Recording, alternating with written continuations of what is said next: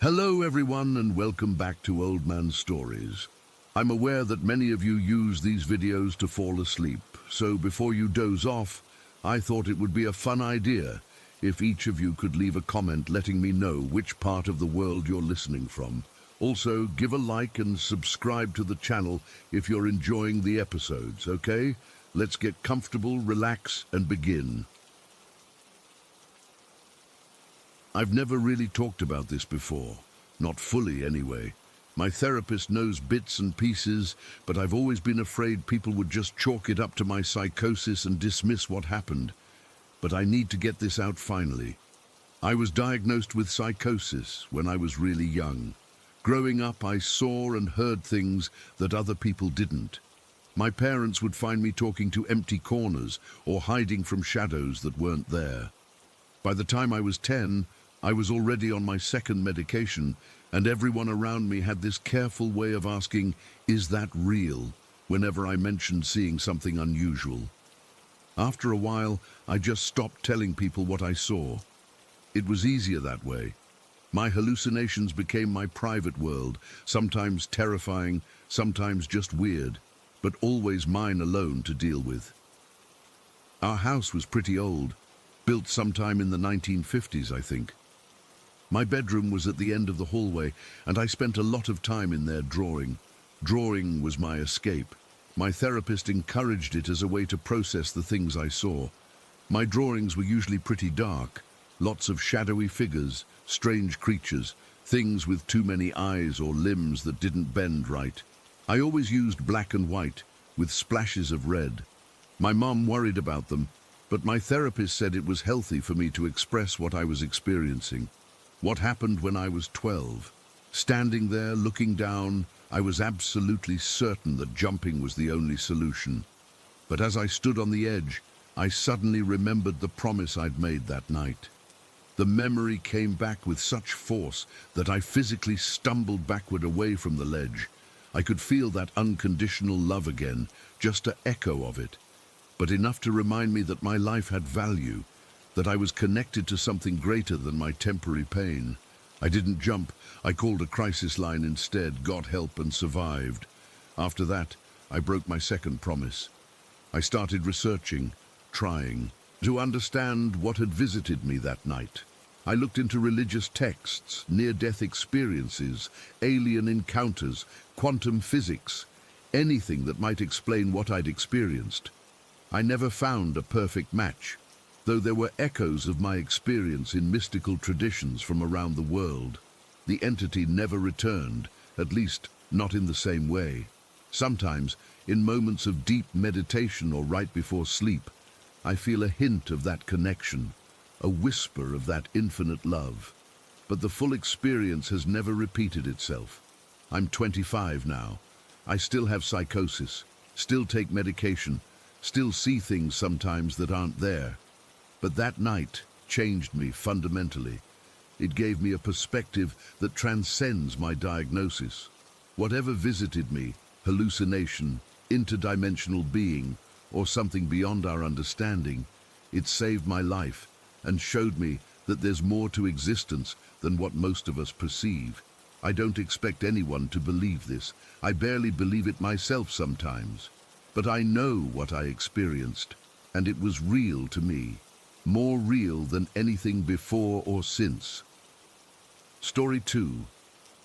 I never believed in ghosts before moving to this house. Actually, that's not entirely true. I believed in them, but only in the most terrifying sense, the kind that chase you down hallways or possess children in horror movies. 5 years ago, when I found this place just outside Paris, I wasn't looking for paranormal activity. I was just a 39-year-old single mum who needed more space for my 2 boys after my divorce. The real estate agent mentioned the house dated back to around 1820. It had been a farm until after World War II, when someone converted it to a proper residence.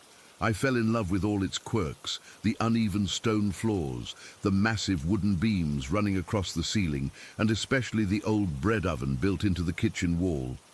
Despite numerous renovations over the decades, So much of its history remained intact that you could almost feel the generations that had passed through. I felt it the very first night. Not in a dramatic way like doors slamming or disembodied voices calling my name. It was subtle, a feeling of not being completely alone, even though my boys were sound asleep. I was unpacking boxes in the living room around midnight when I noticed something move in my peripheral vision.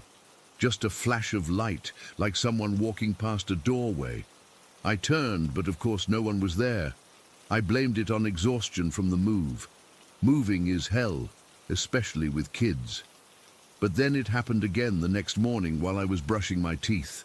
In the bathroom mirror, I caught what looked like a shadow passing behind me. When I spun around, the doorway was empty. My heart pounded for a few seconds before logic kicked in. Old houses settle, they make noises, they play tricks on you with their odd lighting and creaky floors. But after a week, I couldn't ignore it anymore. These little movements kept happening, always just out of direct sight. A shimmer of something in the corner of my eye as I cooked dinner. A brief disturbance in the mirror while getting ready for work. A sense that someone had just left a room I was entering. Here's the strange part, though. I wasn't scared. Not like before. 3 years prior to finding this house, I'd rented an apartment in Paris that I had to leave after just 4 months. That place had been genuinely terrifying. Objects would move overnight. The atmosphere felt heavy, oppressive. I'd wake up feeling like someone was sitting on my chest, struggling to breathe. My youngest son started having night terrors.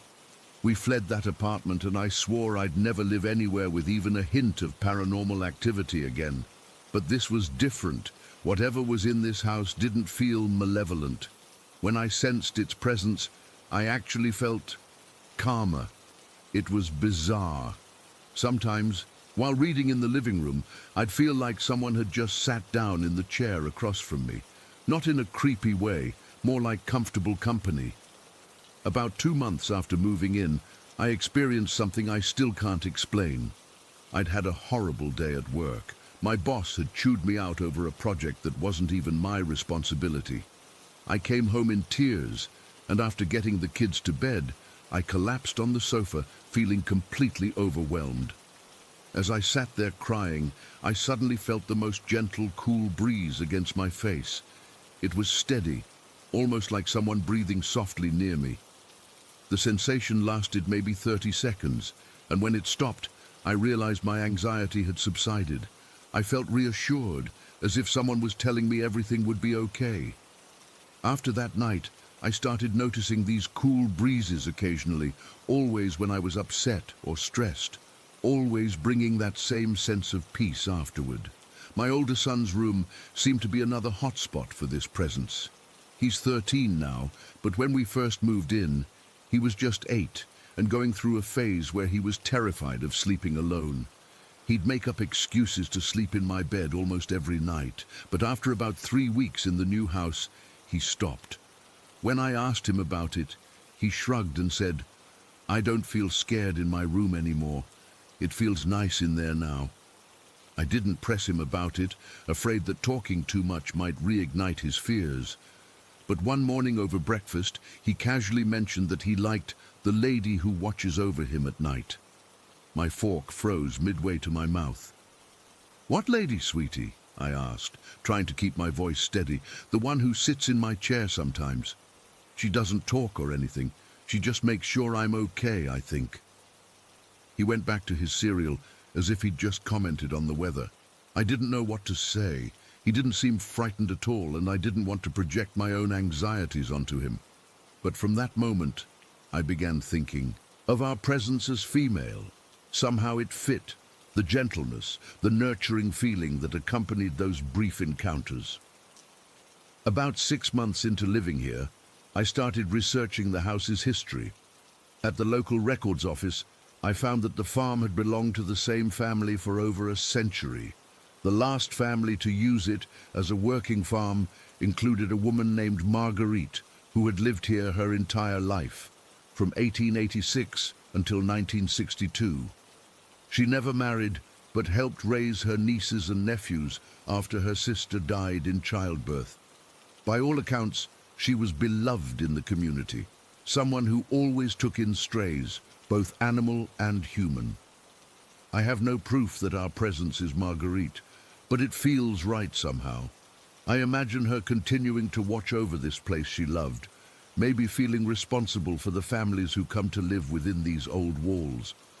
One of the strangest aspects of living with this presence is how much I've come to rely on the comfort it brings. Last year, there was a period of about 3 weeks when I didn't sense anything at all. No movements, no cool breezes, nothing. The house felt emptier somehow, less alive. I actually caught myself standing in the living room one evening saying aloud, "Are you still here? I miss you." I felt ridiculous immediately afterward, but the very next morning, I caught that familiar flash of light in the hallway mirror. I smiled like I'd just heard from an old friend. My youngest son, who's 9, seems largely oblivious to our supernatural roommate, but my oldest has had several experiences. Last winter, he had a terrible flu with a high fever. I was up most of the night with him, putting cool cloths on his forehead, worried sick. I finally dozed off in the chair beside his bed around 4 in the morning. When I woke up, he was sleeping peacefully, his fever broken. He told me later that he dreamed of a nice old lady sitting beside him, stroking his hair and telling him stories about farm, animals. I never told him about Marguerite. There was one incident that still gives me goosebumps, but not from fear. It happened about 2 years ago.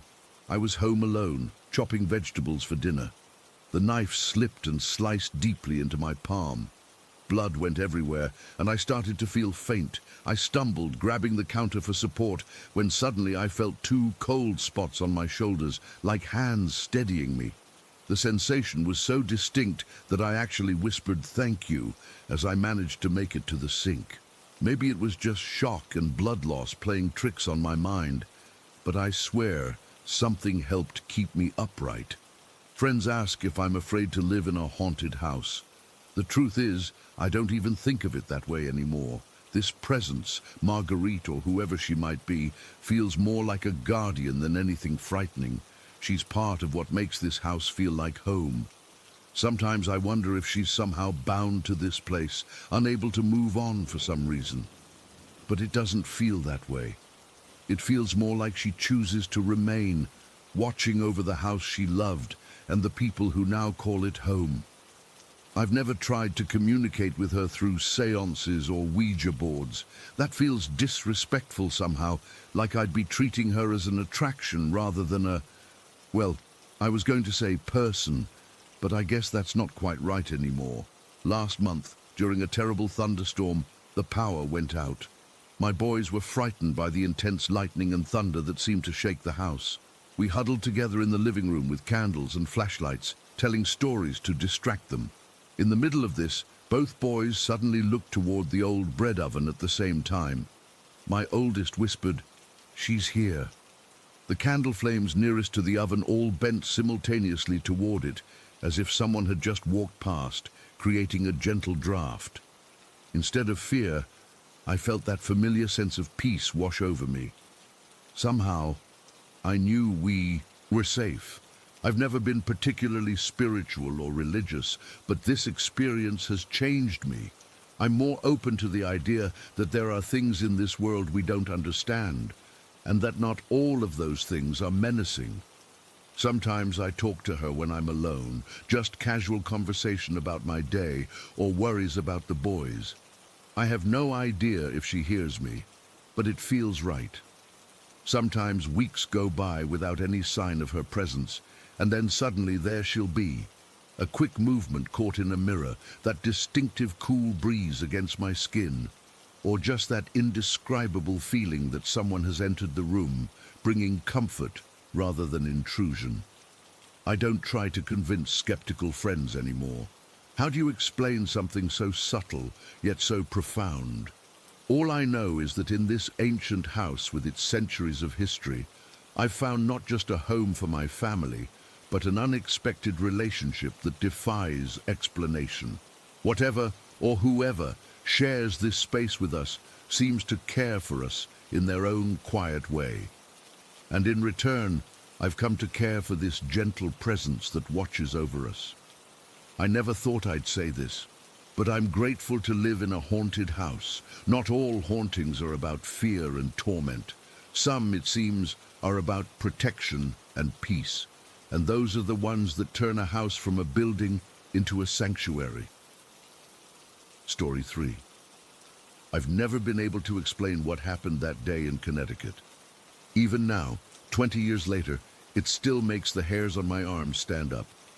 My mom and I never talk about it anymore, but I know she thinks about it just as much as I do. I was 10 years old at the time. It was a Thursday afternoon in October, one of those perfect fall days where the leaves were changing colors, but it wasn't too cold yet.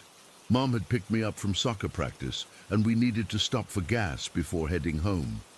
I remember I was wearing my navy blue uniform, still sweaty from practice, and I had mud on my cleats that I was trying not to get on the floor mats.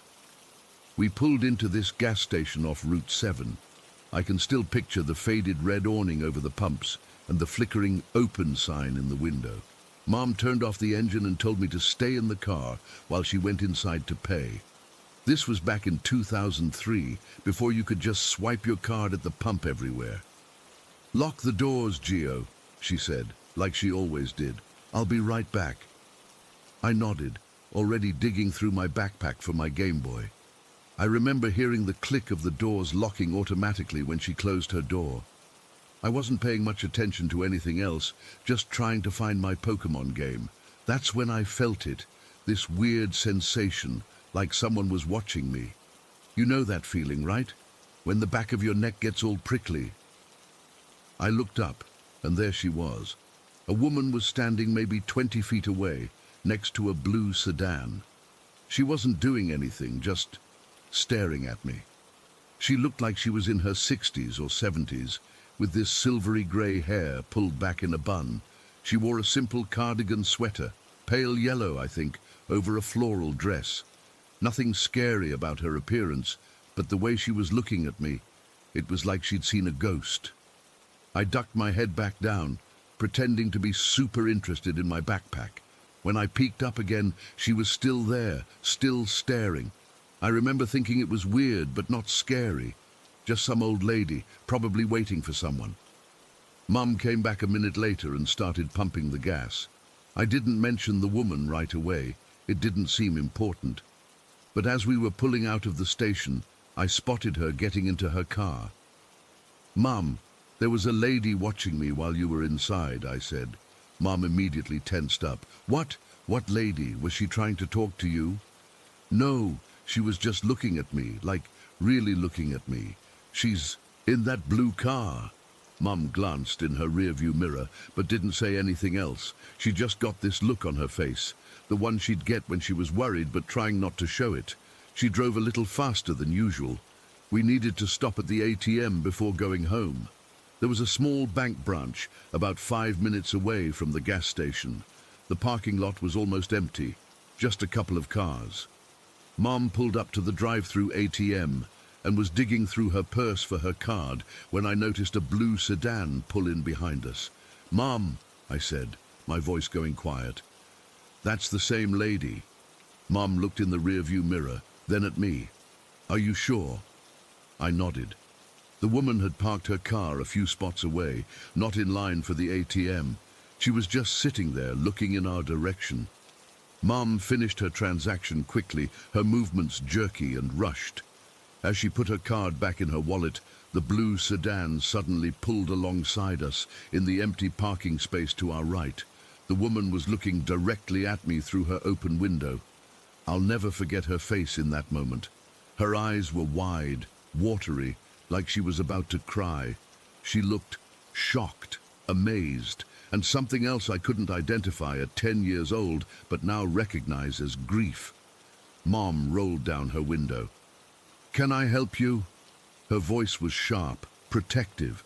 The woman barely glanced at my mother. Her eyes were fixed on me. "Is that Tommy?" she asked, her voice trembling. I felt my mom go completely still beside me. The air in the car seemed to disappear. "No, honey," Mom finally said, her voice suddenly gentle but shaky. "That's Gio." The woman kept staring at me for what felt like forever, but was probably only a few seconds. Then, without another word, she put her car in gear and drove away. Just like that. Mom sat there, gripping the steering wheel so tight her knuckles turned white. I could hear her breathing, fast, shallow breaths. "Mom, who's Tommy?" I asked. She didn't answer right away. She just started driving, taking us home, but I could see her hands shaking. "Mom?" I tried again when we were stopped at a red light. "Tommy was my brother," she finally said. "Your uncle." This confused me. I knew my mom had two sisters, Aunt Lisa and Aunt Marie, but I'd never heard of an uncle. "I have an uncle." "Had," she corrected, so quietly I almost didn't hear her. "He died when he was 5, long before you were born." The light turned green, and we drove in silence for a while. I didn't know what to say. I had a million questions, but something about my mom's face told me to wait. When we got home, Mom went straight to the kitchen and poured herself a glass of water. She stood at the sink, her back to me, for a long time. When she turned around, I could tell she'd been crying.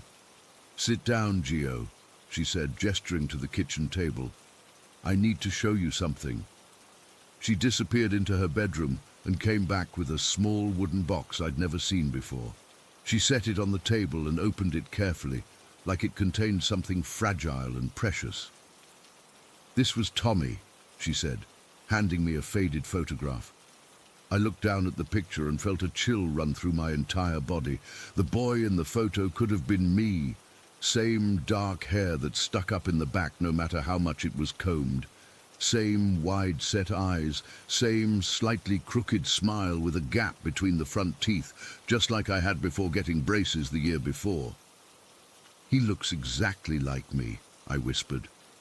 Mom nodded. "People always say that. Your grandma used to..." Her voice caught. "She used to get your pictures mixed up with his old ones." She showed me more photos. Tommy blowing out candles on a birthday cake. Tommy on a tricycle. Tommy in pajamas on Christmas morning. In every single one, the resemblance was uncanny. It wasn't just a family resemblance. It was like looking at photos of myself from a few years ago.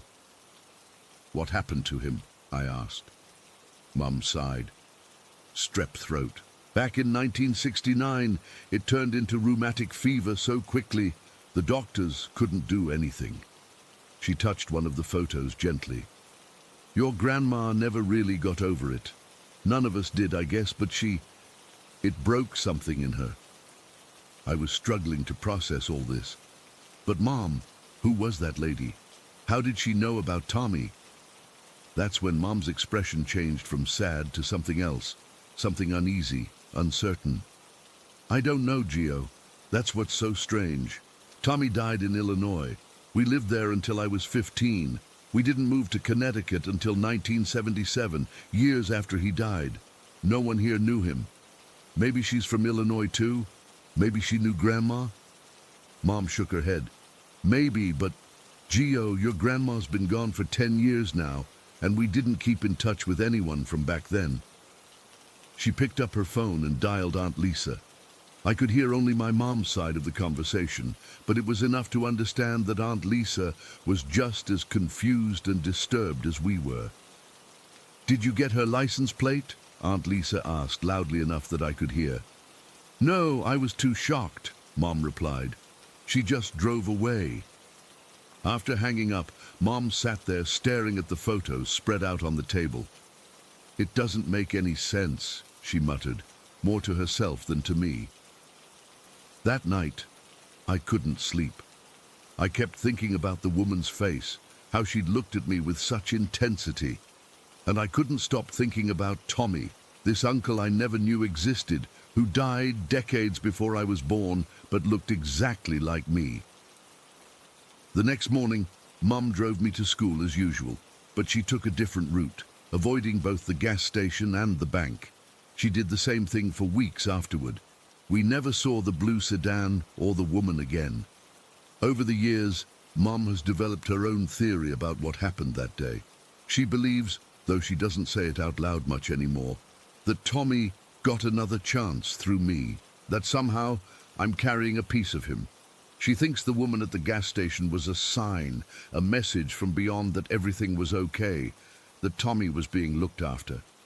Sometimes, late at night, I've heard her on the phone with Aunt Lisa whispering, but who else could have recognized him? Who else would have known? Once, when I was 13, I overheard something that still haunts me. Mom was talking to Aunt Marie on the phone, and she said, "I think it was Mom. I think somehow it was Mom checking on him." She meant my grandmother, who had been dead for years by then. I never told Mom, but I've always had this weird feeling about that day too. When the woman looked at me, there was something familiar about her. Not like I'd seen her before, but like I knew her somehow. It's hard to explain. The older I get, the less I'm able to rationalize what happened. There's no logical explanation for how a stranger in Connecticut could have recognized my resemblance to a little boy who died in Illinois 34 years earlier. No explanation for why she knew to look for him in our car, or why she appeared and disappeared so suddenly. I'm 30 now, with kids of my own. Sometimes when I look at my son, I catch glimpses of that same face. Tommy's face, my face.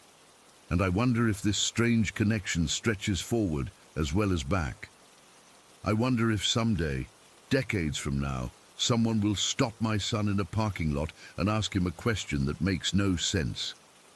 And sometimes, when I'm driving alone, I find myself glancing in the rearview mirror, half expecting to see a blue sedan following me with an old woman who knows things she shouldn't possibly know. Story 4. I still get goosebumps thinking about what happened that summer when I was 15. It's been nearly 2 years, but I remember it like it was yesterday. My parents had finally decided I was old enough to stay home alone while they were at work.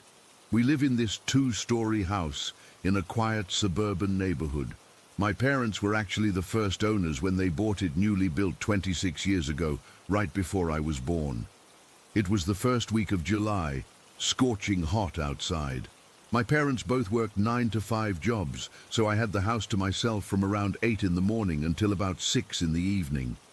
At first, I was beyond excited about having the freedom. No more summer camps or hanging out at my grandma's house where all she did was watch game shows and cook food I didn't want to eat. That particular day started like any other. Mum left first around 7:30, poking her head into my room to remind me to lock the doors and not to open them for anyone. Dad followed about 15 minutes later, telling me there was pizza in the fridge I could heat up for lunch. I remember rolling my eyes at both of them. I wasn't a little kid anymore. After they left, I stayed in bed, scrolling through TikTok for a while before finally getting up around 11. I made myself a bowl of cereal and decided to watch Netflix in the living room. Our living room has these big windows on either side of the TV that look out to the front yard. The couch sits with its back to the dining room, facing the TV and those windows. It was around 1 in the afternoon when it happened. I was just sitting there in my pajama shorts and an old t-shirt, my bowl of cereal half eaten on the coffee table, watching some stupid teen drama. The house was completely quiet except for the TV. That's one thing I remember clearly, how quiet it was. Usually our house has all these little noises, the AC running, my dad's music playing from his office, my mom on the phone with someone. But when you're alone, you notice how silent everything is. I was completely zoned out when something caught my eye through the left window. At first, I thought it was just a neighbor walking by, but then I realized whatever it was moved too fast. It was like a black blur, person-sized and completely solid, not transparent at all, that ran past the window. Before I could even process what I'd seen, the same black figure ran past the right window. My first thought was that some kid was playing a prank on me. Our neighborhood has a few middle schoolers who think they're funny. I paused the show and listened for any sounds of giggling or footsteps outside, but there was nothing, just that heavy silence. I was about to get up and look outside when I felt this, I don't know how to describe it, like a weight pressing down on the room, like when you can feel someone watching you. My skin got all prickly, and I slowly turned to look behind me. That's when I saw it. Crouched behind the end of the couch, partially hidden but definitely there, was the same black figure I'd seen run past the windows. It was peeking around the corner of the couch, looking directly at me. I froze. I literally couldn't move. My heart was hammering so hard I could feel it in my throat. The thing wasn't exactly human-shaped, but it wasn't not human either. It was just solid black. Not like a shadow on the wall, but like someone wearing a black bodysuit or something, except it had no features at all. No eyes, no mouth, no nose, just a blank, smooth surface where a face should be. I don't know why, but some part of my brain decided that showing fear would make things worse, like when you're supposed to act big if you encounter a bear. So I just stared back at it. I didn't scream or run, even though every part of me wanted to. I just sat there, staring at this featureless black thing that was staring back at me from behind my couch. Time felt weird. I don't know if we were locked in this staring contest for 30 seconds or 5 minutes. My phone was on the coffee table in front of me, but I didn't dare reach for it. I was afraid any movement would trigger something. I don't know what. Eventually, the figure moved. It didn't stand up or walk away. It just sort of shifted. 1 second it was peeking from behind the couch, and the next it had somehow moved to the wall that separates our living room from the dining room. It was still peeking at me, just from a different spot now, about 10 feet away. I could feel my hands trembling in my lap. My mouth had gone completely dry. I wanted to call out to it, ask what it wanted, but I couldn't find my voice. And honestly, I was terrified of what might happen if it answered. The thing continued watching me from behind the wall. I could only see part of its head and what might have been a shoulder. The blackness of it was so intense it seemed to absorb the light around it. Not shiny or reflective at all, just pure matte black. Then my phone buzzed on the table, a text from my friend Emma asking if I wanted to hang out later.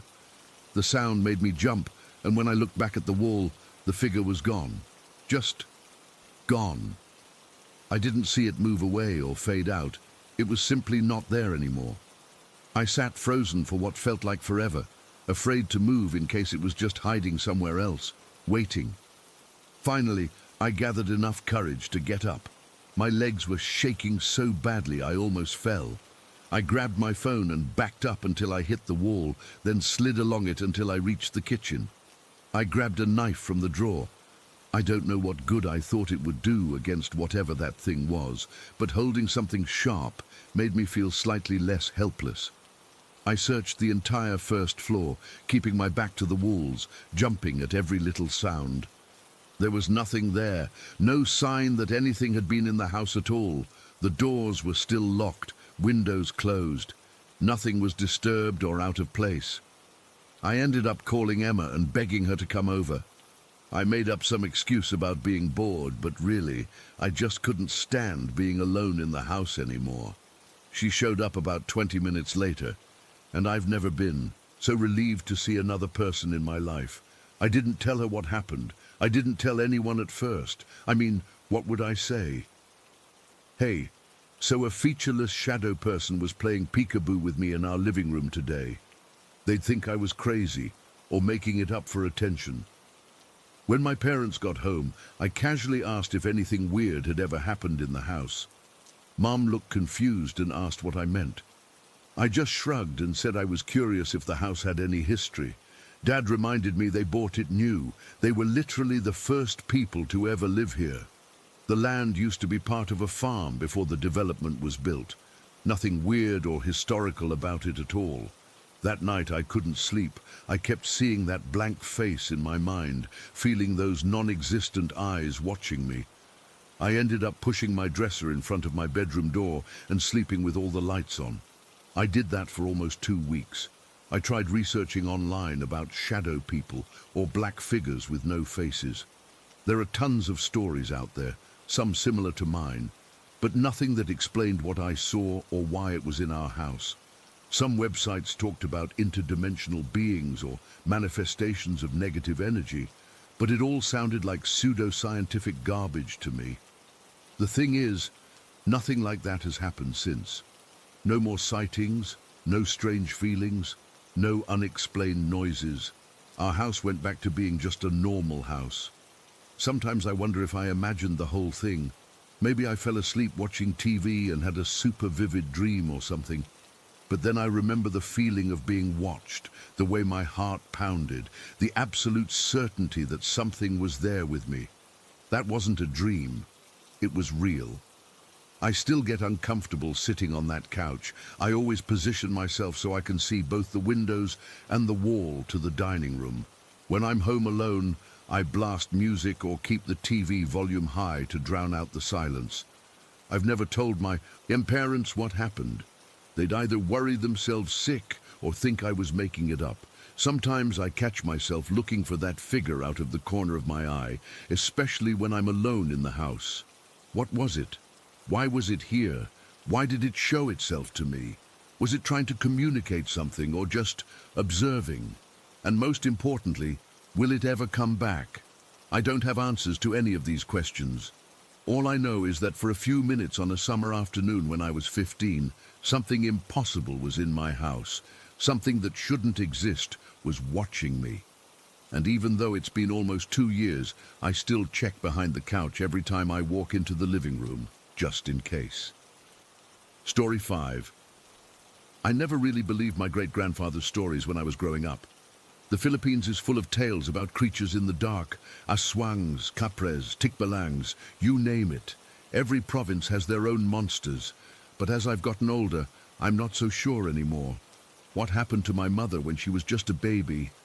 Well, I can't explain it, and neither can anyone else in my family.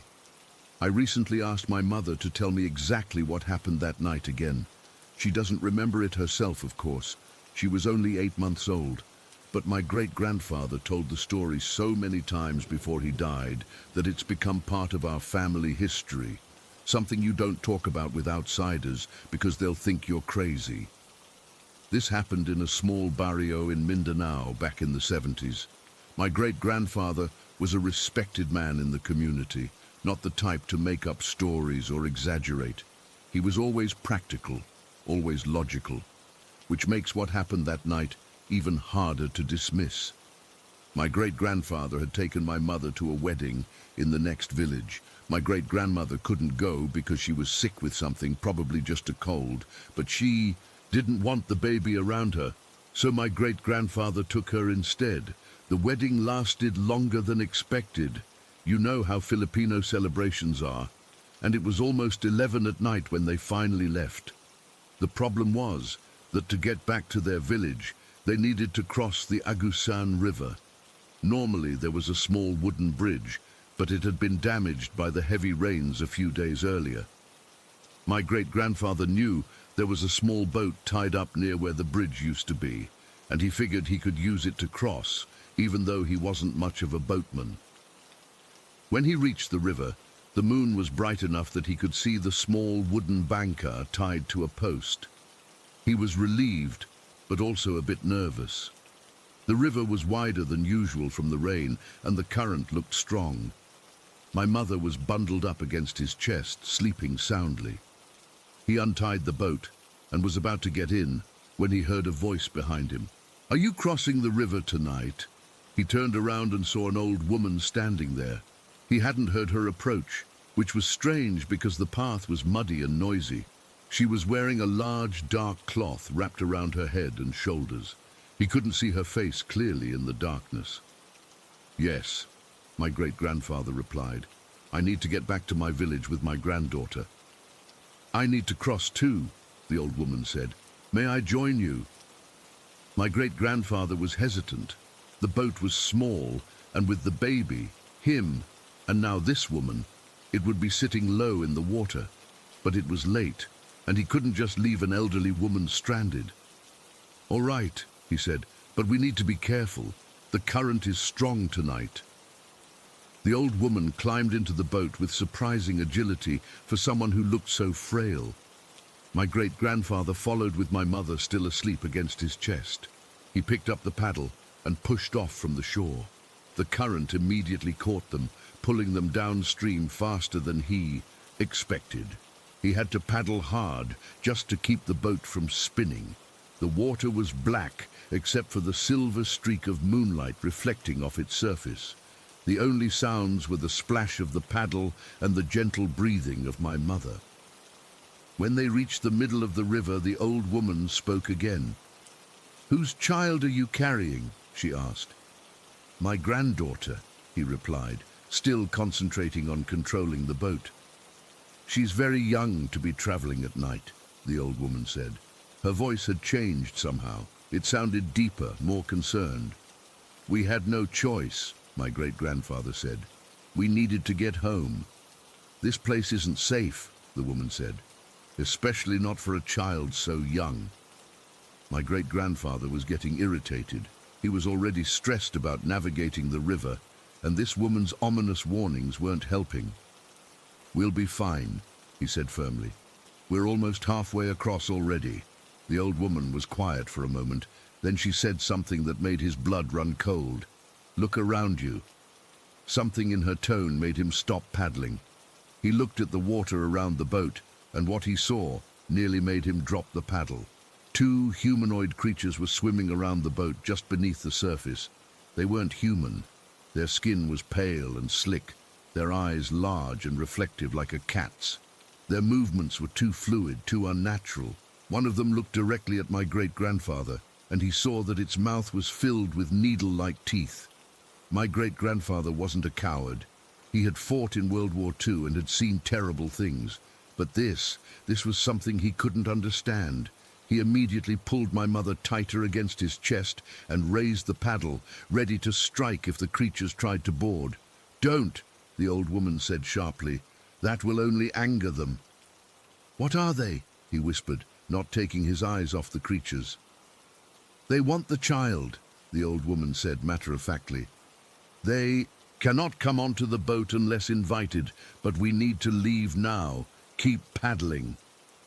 My great-grandfather didn't need to be told twice. He began paddling furiously with one arm while holding my mother with the other. The creatures followed, swimming just below the surface, occasionally breaking the water with their pale, bony hands. The boat was moving too slowly. The creatures became more agitated, circling faster. Then one of them slammed into the bottom of the boat from underneath. The impact nearly capsized them. My great-grandfather struggled to maintain balance as the creatures hit the boat again and again. On the third impact, the boat tilted sharply. My great-grandfather, still holding my mother, fell into the river. The water was freezing cold and the current immediately pulled at him. But his only thought was for the baby. He held her above the water with one arm and began swimming desperately toward the shore with the other. The nearest bank was still about 20 meters away. Behind him, he heard a sound that he would never forget. A high-pitched, inhuman screech that seemed to pierce right through his skull.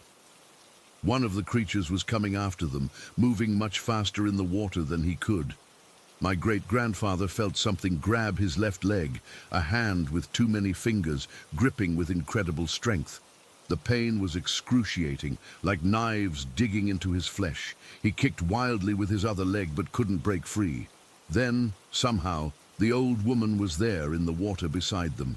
She placed her hand in the water between my great-grandfather and the creature. There was no flash of light, no dramatic gesture, just her wrinkled hand breaking the surface of the river. But whatever she did, worked. The creature released my great-grandfather's leg with another horrible screech. "Run!" the old woman shouted. "I cannot hold them for long." My great-grandfather didn't waste time questioning what was happening. He swam with all his might, the pain in his leg almost blinding him. When he reached the shore, he scrambled up the muddy bank, still clutching my mother, who had, miraculously, remained asleep through the entire ordeal. As he stumbled away from the river, he heard the old woman's voice one last time, though he couldn't see her anymore. "Don't choose," she called out. "Both lead to doom." He had no idea what she meant, but he kept moving, limping as fast as he could through the darkness. The wound on his leg was bleeding heavily, and he could feel that whatever had grabbed him had left deep puncture marks. The path from the river led up a steep hill. At the top, it forked into two narrow trails that both led toward his village, but through different parts of the forest. As he reached the fork, he saw something that made him stop in his tracks.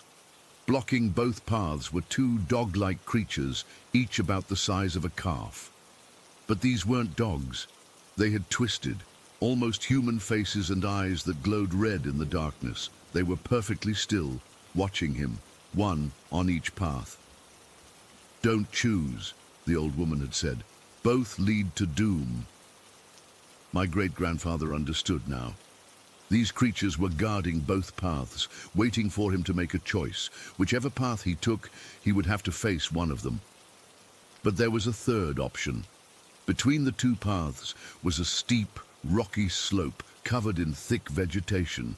It wasn't a path at all, but it led in roughly the right direction. With his injured legs screaming in pain and my mother still clutched to his chest, my great-grandfather began to climb between the paths, creating his own route. The creatures didn't move. They just watched him with those glowing red eyes as he struggled up the slope, grabbing onto vines and roots to pull himself up. When he reached the top and looked back, the creatures were gone. Somehow, my great-grandfather made it home that night. He arrived with a terrible fever and an infected wound on his leg that took months to heal.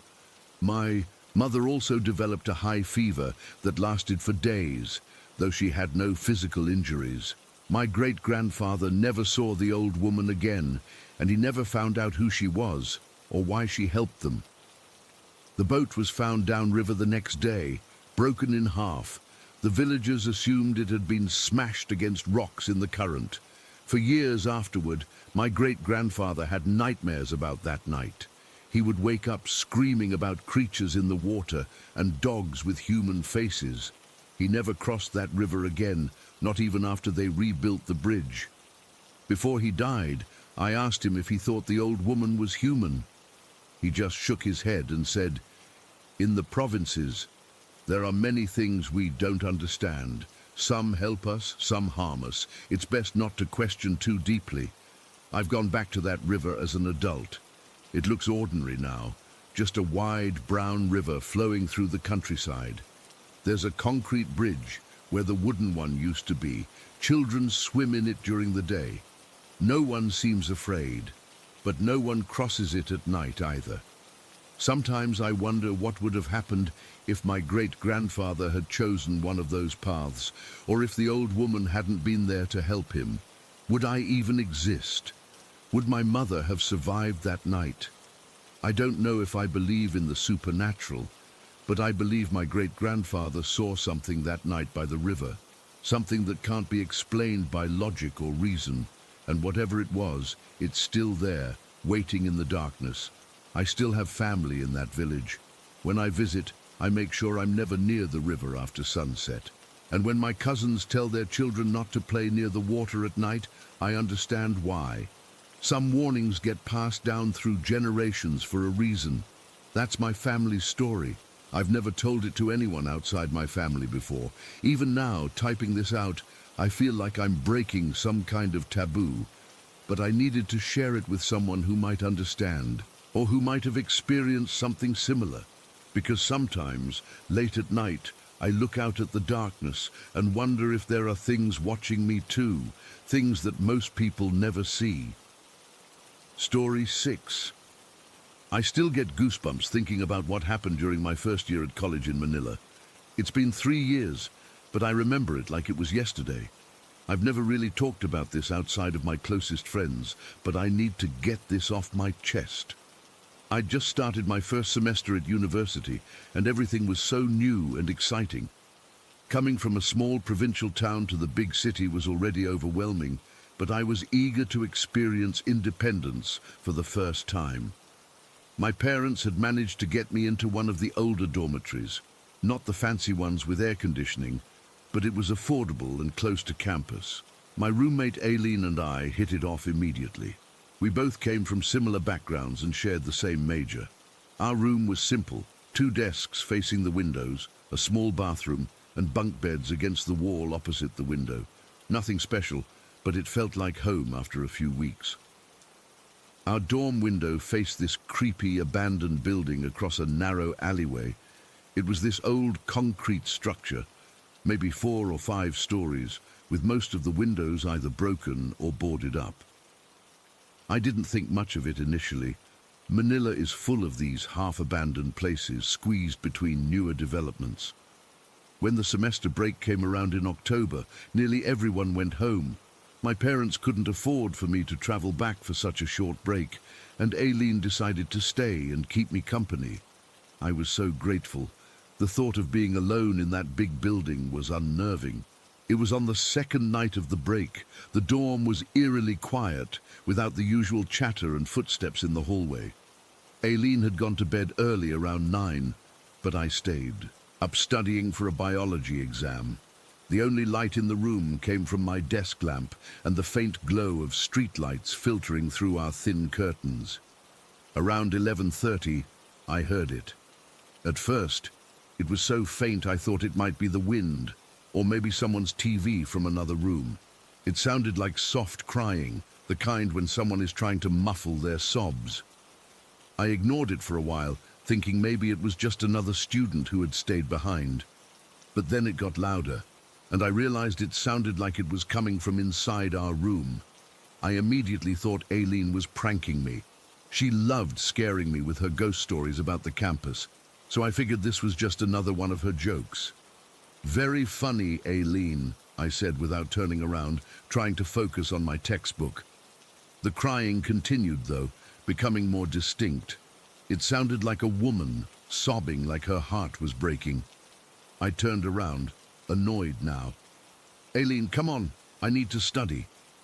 There was no response except for the steady sound of her breathing from the top bunk. The crying continued, seeming to come from somewhere near the bunk beds. I got up, irritated, and climbed the ladder to the top bunk to confront her. But when I got there, Aileen was fast asleep, her back to the wall, face peaceful. I stood there, frozen for a moment, because the crying was still happening, and it was definitely not coming from her. I shook her awake, probably more roughly than I intended. "Aileen, wake up!" She stirred groggily. "What? What time is it?" "Do you hear that?" I whispered, my heart starting to race. She sat up, rubbing her eyes. "Hear what?" Then her eyes widened as the crying became louder, more desperate. It was clearly a woman's voice, sobbing uncontrollably, and it seemed to be coming from the corner of our room. "Oh my God," Aileen whispered, grabbing my arm so tightly it hurt. "What is that? Who's crying?" We both sat paralyzed on her bed as the crying intensified. It wasn't just sad anymore. It was desperate, agonized, the kind of crying that comes from profound grief, and it was definitely coming from inside our room, from the empty corner by the door.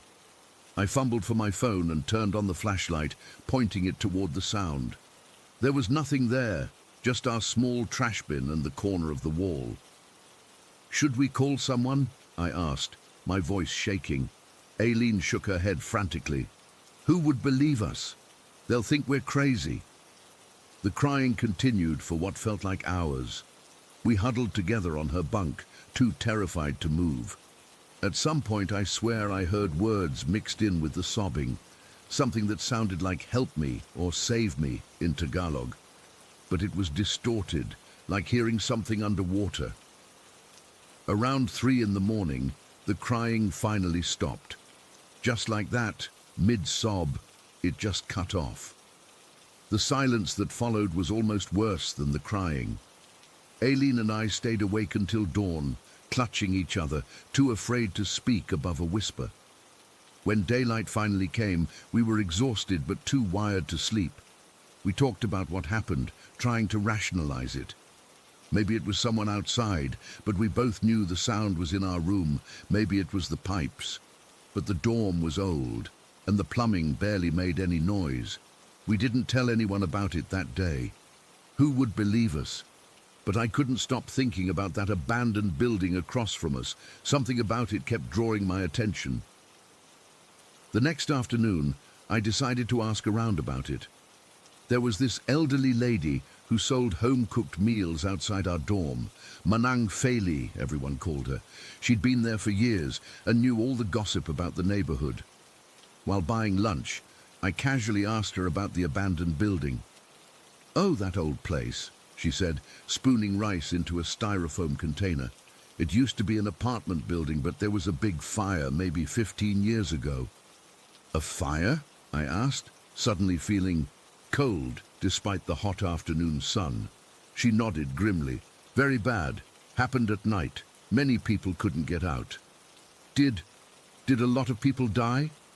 My mouth was dry as I asked this. Manang Feli crossed herself quickly. 5 or 6, they say. Mostly on the 3rd floor where the fire started." She pointed with her chin toward the building. "That's why nobody wants to rebuild it. Bad luck." I looked up at the blackened windows of the 3rd floor, which was directly across from our dorm room. I felt sick. "Young lady," Manang Feli said in a lower voice, leaning closer. "You stay in that dorm, right? The one facing that building?" When I nodded, she continued, "Sometimes it's better not to look too much at those windows at night. Some of the other students, they say they see things." "What kind of things?" I whispered. She just shook her head and handed me my food. "Just don't look too much." That night, Aileen and I pushed our desks against the window and kept the curtains firmly closed. We left all the lights on and played music softly to drown out any potential sounds. We were both jumpy, startling at every creak of the building.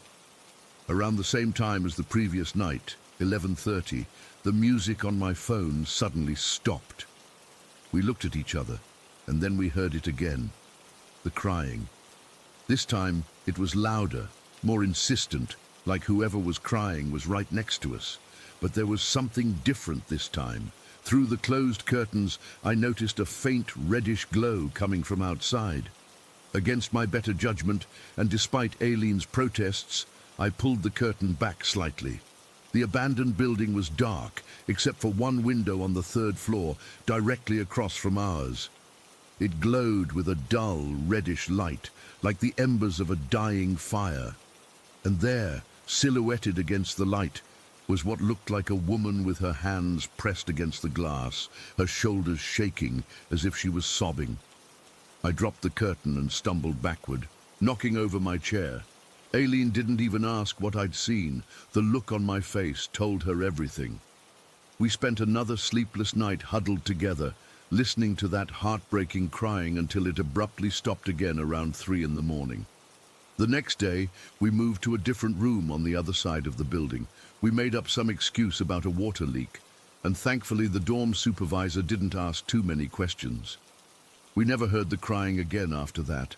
This wasn't my first experience with unexplainable things. When I was about 8, living in my family's old house in the province, I used to wake up early to watch cartoons on weekend mornings. My bedroom window faced our backyard, which extended to a small creek lined with big rocks.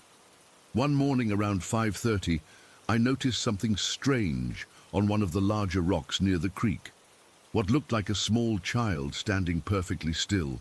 At first I thought it was one of the neighbors' kids, but something was off. The child, I couldn't tell if it was a boy or girl, appeared to be completely silver. Not just wearing silver clothes, but their skin, hair, everything was a uniform metallic silver color that somehow both reflected the early morning light and seemed to absorb it. I watched, fascinated and frightened, as this silver child stood motionless on the rock for what must have been hours. It never moved, never turned its head, just stood facing slightly away from our house. I tried calling to my parents, but when they came, they couldn't see anything. When I looked back, the silver child was still there, unmoved, unaffected. Eventually I fell asleep, and when I woke up later that morning, the silver child was gone. I checked the rock later. There were no footprints, no sign anyone had been there. Then there was the incident when I was 15. My family, me, my little sister, who was 5 at the time, my mom and my grandmother, visited relatives in another province. These relatives were connected to a local politician who had been assassinated at a gas station about 10 years earlier. It was a big scandal at the time, and the family was still recovering from it. We stayed in their ancestral home, a large Spanish colonial-style house with too many rooms and long, dark hallways. My sister and I were given the bedroom that had belonged to the deceased politician. It was kept almost like a shrine, with his photos still on the walls and some of his personal items in a glass cabinet. That first night, around 2 in the morning, my sister started screaming in her sleep. Not just regular nightmare screams, but words. "Leave me alone. Please leave me alone." Over and over. I tried to wake her, but she was locked in this terrifying nightmare, her eyes open but not seeing me, still screaming those words. My mom and grandmother rushed in, along with our aunts. They finally managed to wake my sister, who was confused and didn't remember having a nightmare at all. She had no history of night terrors or sleep-talking. One of the aunts, the politician's sister, had this strange look on her face. "He was a kind man," she said quietly. "Maybe he was just saying hello to the little one." We didn't stay in that room again. My sister never had another episode like that, and to this day, she doesn't remember anything about that night. I've never been able to explain any of these experiences. The crying in our dorm room haunts me the most because Aileen heard it too. I wasn't imagining it. Sometimes I wonder about that woman in the burning building, if she's still there, crying for help that never came. I wonder if she knows she's dead, or if she's trapped in that moment forever, waiting for someone to save her. I don't look at abandoned buildings anymore. I don't want to know what might be looking back. Story 7. I never believed in ghosts. Not really.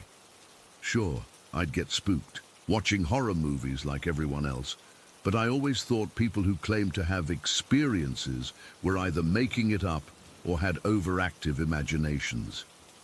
That changed last summer when I took a job as a seasonal interpreter at Fort Delaware. What happened there? I still can't explain it. I'm writing this down partly to process it and partly because I need to tell someone who won't immediately think I'm crazy. For those who don't know, Fort Delaware is this massive old Civil War fortress on Pea Patch Island in the Delaware River. It was built in the 1800s and was used as a prison for Confederate POWs during the Civil War. Thousands of prisoners died there from disease, malnutrition, and the awful conditions. The place has a heavy history, but when you're giving tours during the day with sunlight streaming through the windows, it just feels like an interesting historic site. I worked there for about 3 months last summer as a seasonal interpreter. Most days, I'd dress up in period costume and talk to visitors about life at the fort, demonstrate how the soldiers loaded the cannons, that kind of stuff. Normal job, good pay for a college student like me, and I genuinely enjoyed the history aspect of it. Then my contract ended when summer was over, and I went back to classes. I figured that was it for my Fort Delaware experience. Fast forward to last Friday. I got a call from my old supervisor, Marisa, sounding panicked. One of their interpreters had come down with food poisoning, and they desperately needed someone to fill in for the evening ghost tour. These ghost tours were special events they ran on weekends in October. Basically, the same historical tour, but at night with more emphasis on the spooky stories and legends. I wasn't scheduled to work that weekend, but I could use the extra cash, and Marisa sounded desperate. "Nathan, please, I wouldn't ask if we weren't in a bind," she said. "You already know the fort, and it's just one night." I agreed to help out. It was just a tour, after all. I'd done dozens of them during the summer. The only difference was this would be at night, and I'd need to play up the haunted angle a bit more. No big deal. I arrived at the ferry dock around 5:30 in the evening. The sun was already starting to set as we crossed over to Pea Patch Island.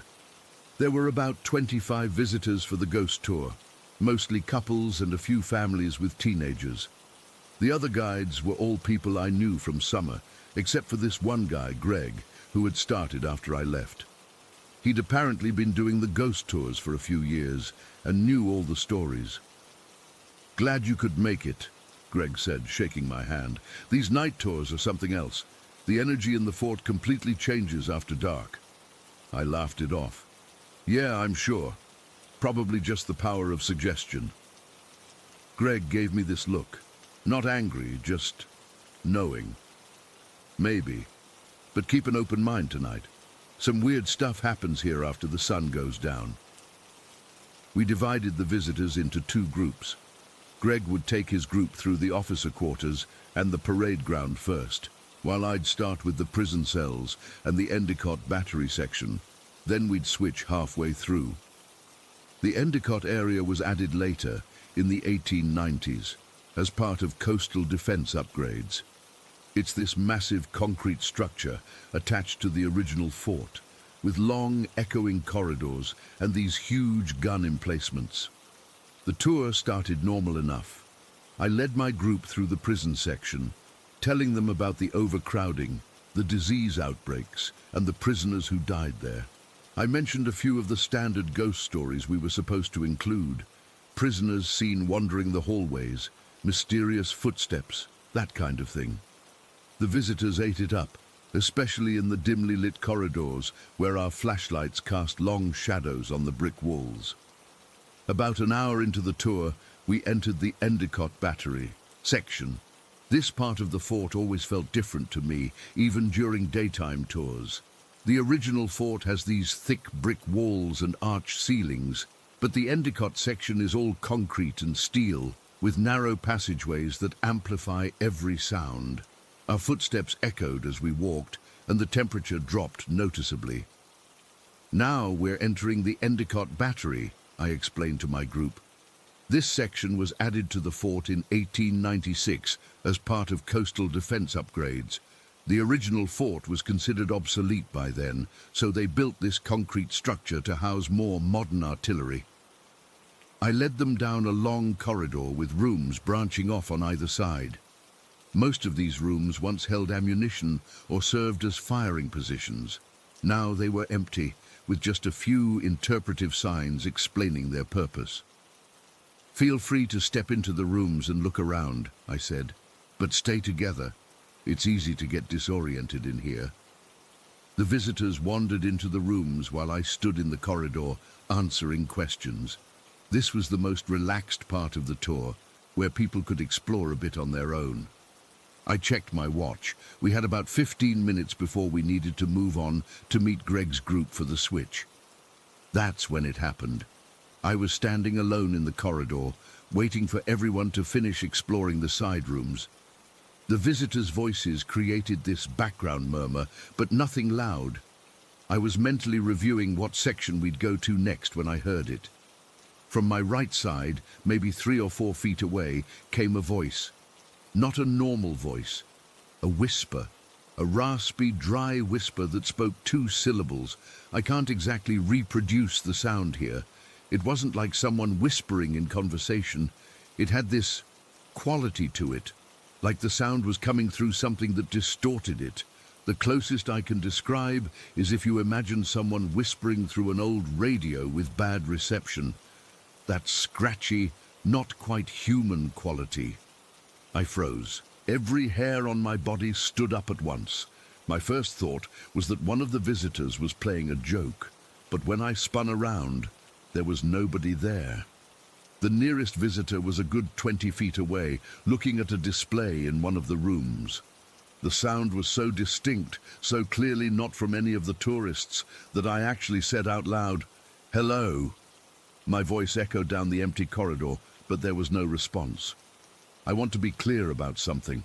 I wasn't scared of the dark. I wasn't jumpy from telling ghost stories, and I wasn't trying to freak myself out.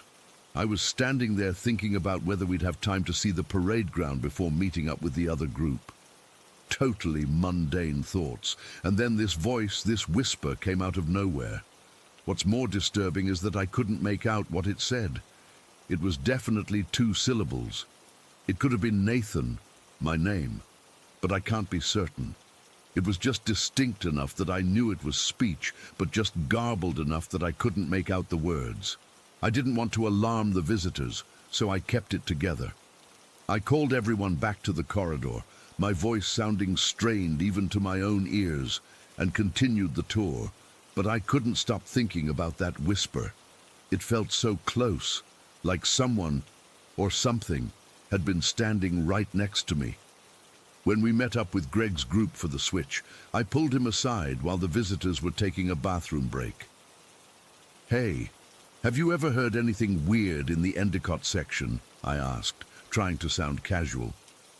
Greg's expression changed immediately. "What did you hear?" I told him about the whisper, and he nodded slowly. "That corridor's active," he said. "I've never heard a voice myself, but I've had equipment go haywire there. Batteries draining instantly, lights flickering. One time, a visitor's brand new camera just stopped working completely until they left that section. Do you know what happened there?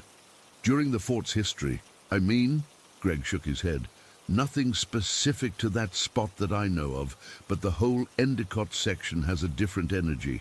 Some of the guys who worked on building it died in accidents, and there's a theory that because it's newer, whatever entities are here haven't adjusted to it the same way they have to the original fort." I must have looked skeptical because he added, "You know that show Ghost Hunters filmed here a few years back, right?" I nodded. I'd heard about it but never watched the episode. "They caught something on camera in that exact corridor," Greg said. "A full-body apparition of what looked like a soldier walking through. It's one of their most famous pieces of evidence." I finished the rest of my tour on autopilot. I kept telling myself there had to be a logical explanation. Maybe it was just the wind moving through the structure in a weird way.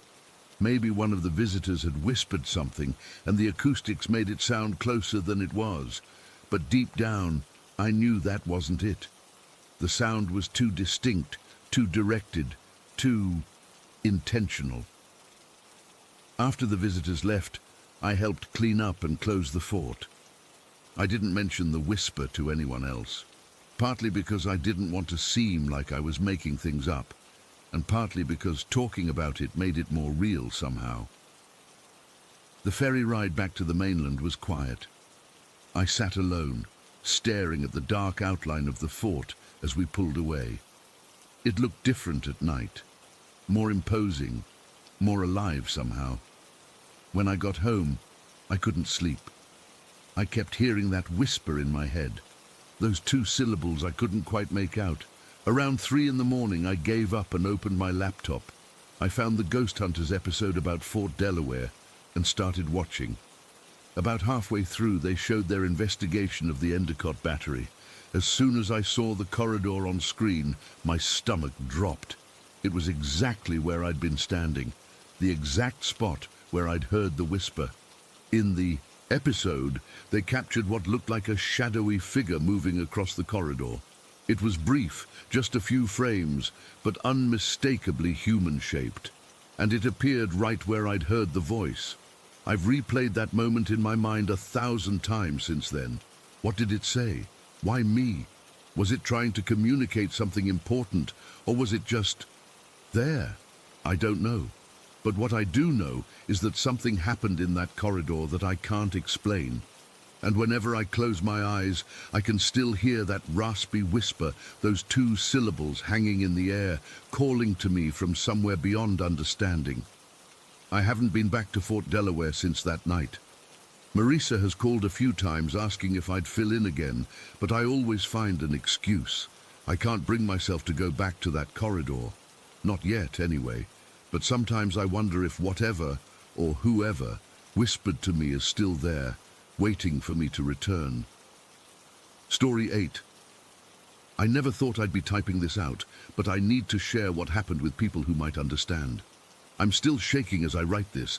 I've always been able to sense things others can't. Ever since I was little, I could feel presences, especially around cemeteries. My mom used to think I was making it up for attention, but I wasn't. I couldn't explain it then, And I still can't really explain it now, but there's always been this male presence following me. At first, it terrified me. I'd hear whispers sometimes, like someone was trying to talk to me from far away. As I got older, I just learned to live with it, like background noise you eventually tune out. When Jake and I bought our house in Cedarvale 3 years ago, I thought maybe I'd left whatever it was behind. The first few months were normal. Just the usual new house noises, creaky pipes, settling foundation, nothing that set off my internal alarm. Then about a year ago, the first really weird thing happened. Jake and I were having coffee before work, and he suddenly thanked me for the back massage that morning. I remember freezing with my mug halfway to my mouth. "What massage?" I asked. He looked at me funny. "The one you gave me while I was half asleep. You didn't say anything when I thanked you, so I thought maybe you were upset about something." I felt cold all over. "Jake, I was running late this morning. I barely had time to brush my teeth. I definitely didn't give you a massage." The look on his face, I'll never forget it. He swore he felt hands kneading his shoulders and back. Gentle but firm pressure, exactly how I do it. He even felt the bed dip, like someone was sitting beside him. He thought it was me the whole time. After that, things escalated. We'd both hear each other calling from different rooms in the house. I'd be in the kitchen and hear Jake yell "Lily" from the bedroom. But when I'd go check, he'd be in the garage or basement. He'd experience the same thing, hearing my voice clear as day, calling his name, or asking him to come help with something, only to find me nowhere near where the voice came from. At first, we laughed it off. Maybe our house had weird acoustics, maybe we were both just stressed and hearing things. But deep down, I knew better. Whatever had followed me for years seemed more like a prankster than anything evil. When I was home alone, I'd feel something rush past me or run up behind me. It was like that feeling when someone's about to tap you on the shoulder, but no one's there. After a particularly frightening incident when I was in the shower and felt something touch my back, I actually spoke out loud and told it to stop. Surprisingly, those particular things did stop for a while. Then I got pregnant in January, and everything changed. Yesterday was the worst day of my life. My son Ethan is only 3 months old, and I'm still on maternity leave. Jake had left for work around 7:30 in the morning, kissing me and the baby goodbye. Everything seemed normal. Ethan was being fussy, so I spent most of the morning trying to get him to nap. Finally, around 11, he fell asleep in my arms, and I carefully placed him in his bassinet in our bedroom. I decided to take advantage of the quiet time to take a quick shower. I left the bathroom door open so I could hear if Ethan woke up, and I was only in there for maybe 10 minutes. As I was rinsing my hair, I heard Jake's voice coming from the bedroom, speaking softly. "There's my little buddy. Look at you, so peaceful when you're sleeping." My blood ran cold. Jake wasn't supposed to be home until 6. I quickly shut off the water, wrapped a towel around myself and called out, "Jake, I didn't hear you come in." No answer. Dripping wet, I stepped into the hallway. "Jake?" Still nothing. I walked to the bedroom and peered inside. No one was there except Ethan, still asleep in his bassinet. I checked the whole house, even though I knew I would find it empty. Jake's car wasn't in the driveway. He wasn't home. I texted him immediately. "Did you just come home?" He replied a minute later, "No, I'm at work. Everything okay?" I didn't know what to tell him. That I'd heard his voice talking to our baby?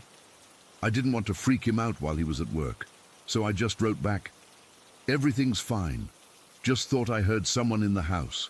Probably the neighbors." After getting dressed, I went back to check on Ethan.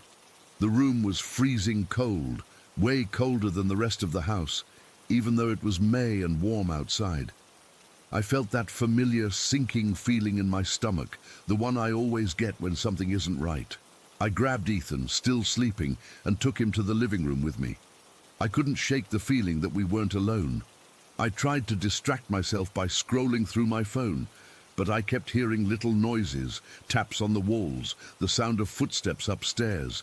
Then, suddenly, a framed photo fell off the mantel and shattered on the floor. I jumped and Ethan woke up crying.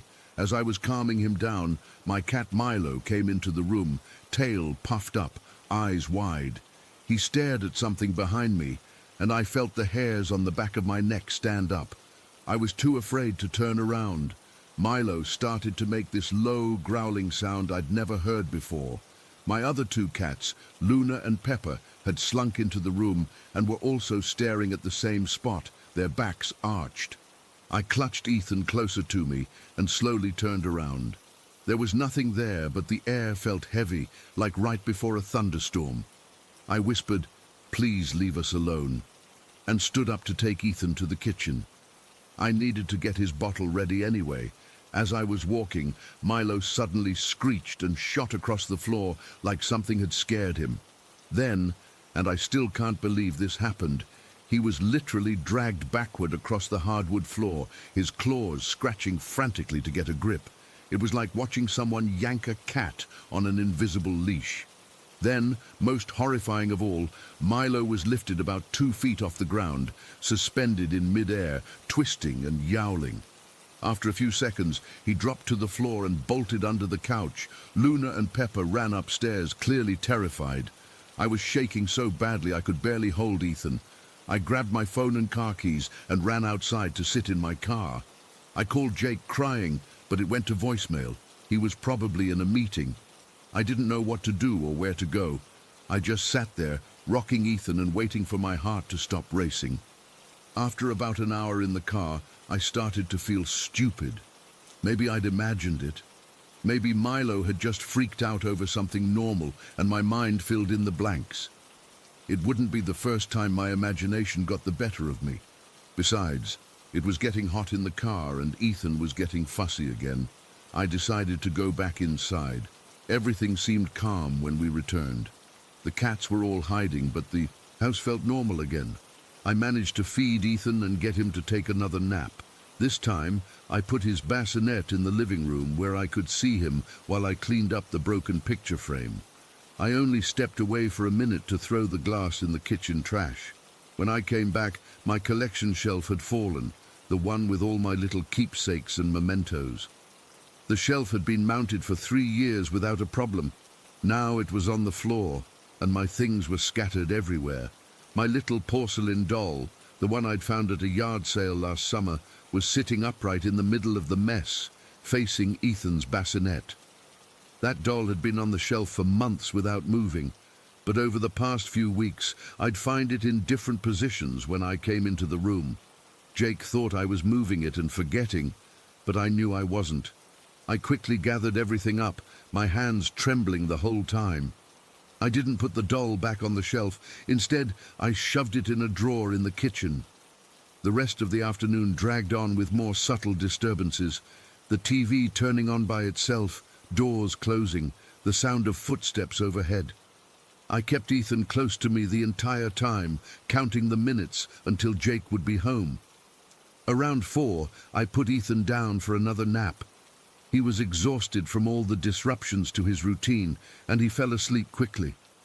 I placed him horizontally in his bassinet, making sure he was comfortable and secure. I even took a picture to send to Jake because Ethan looked so peaceful with his little hands up by his face. I went to the bathroom, which is right next to our bedroom, and was only gone for maybe 5 minutes. When I came back, I heard Ethan crying.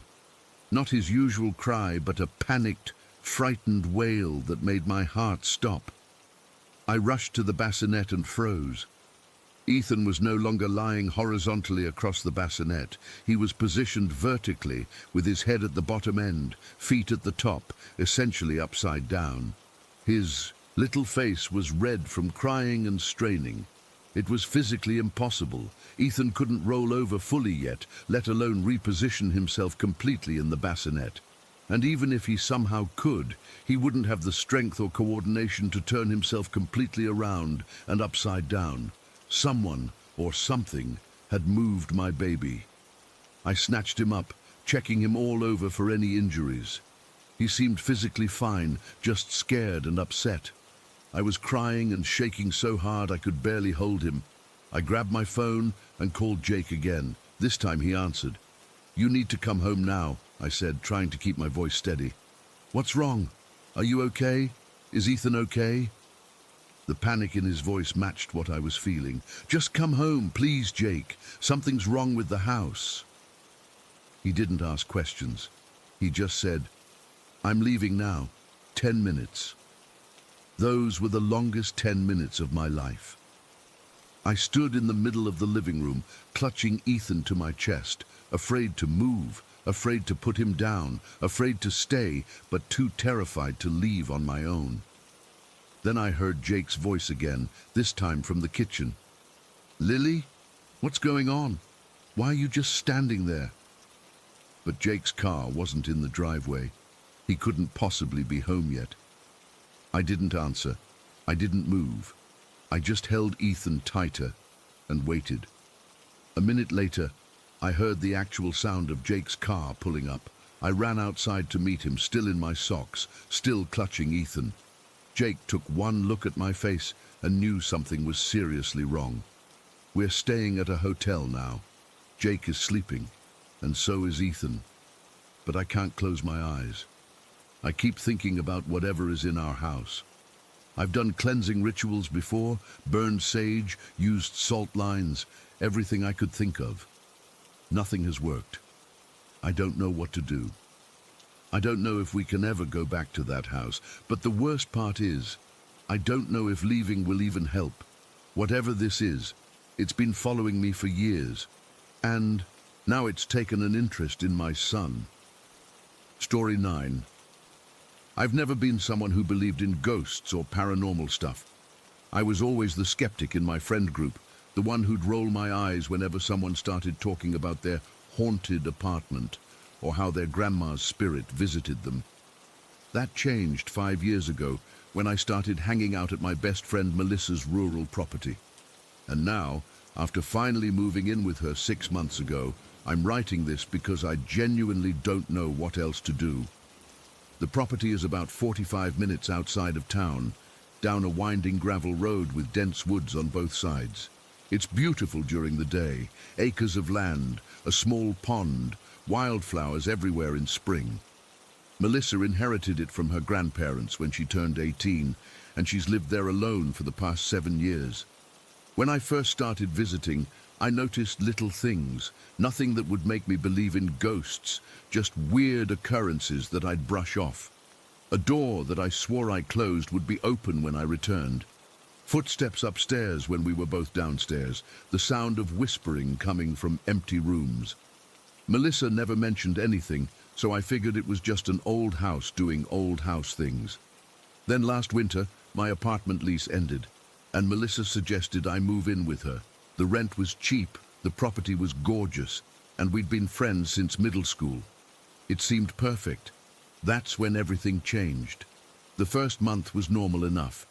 I settled into the spare bedroom across from Melissa's. We'd cook dinner together, watch movies, go into town for groceries, normal roommate stuff. But then, one night in February, I was alone in the house while Melissa was on a weekend trip to visit her mom.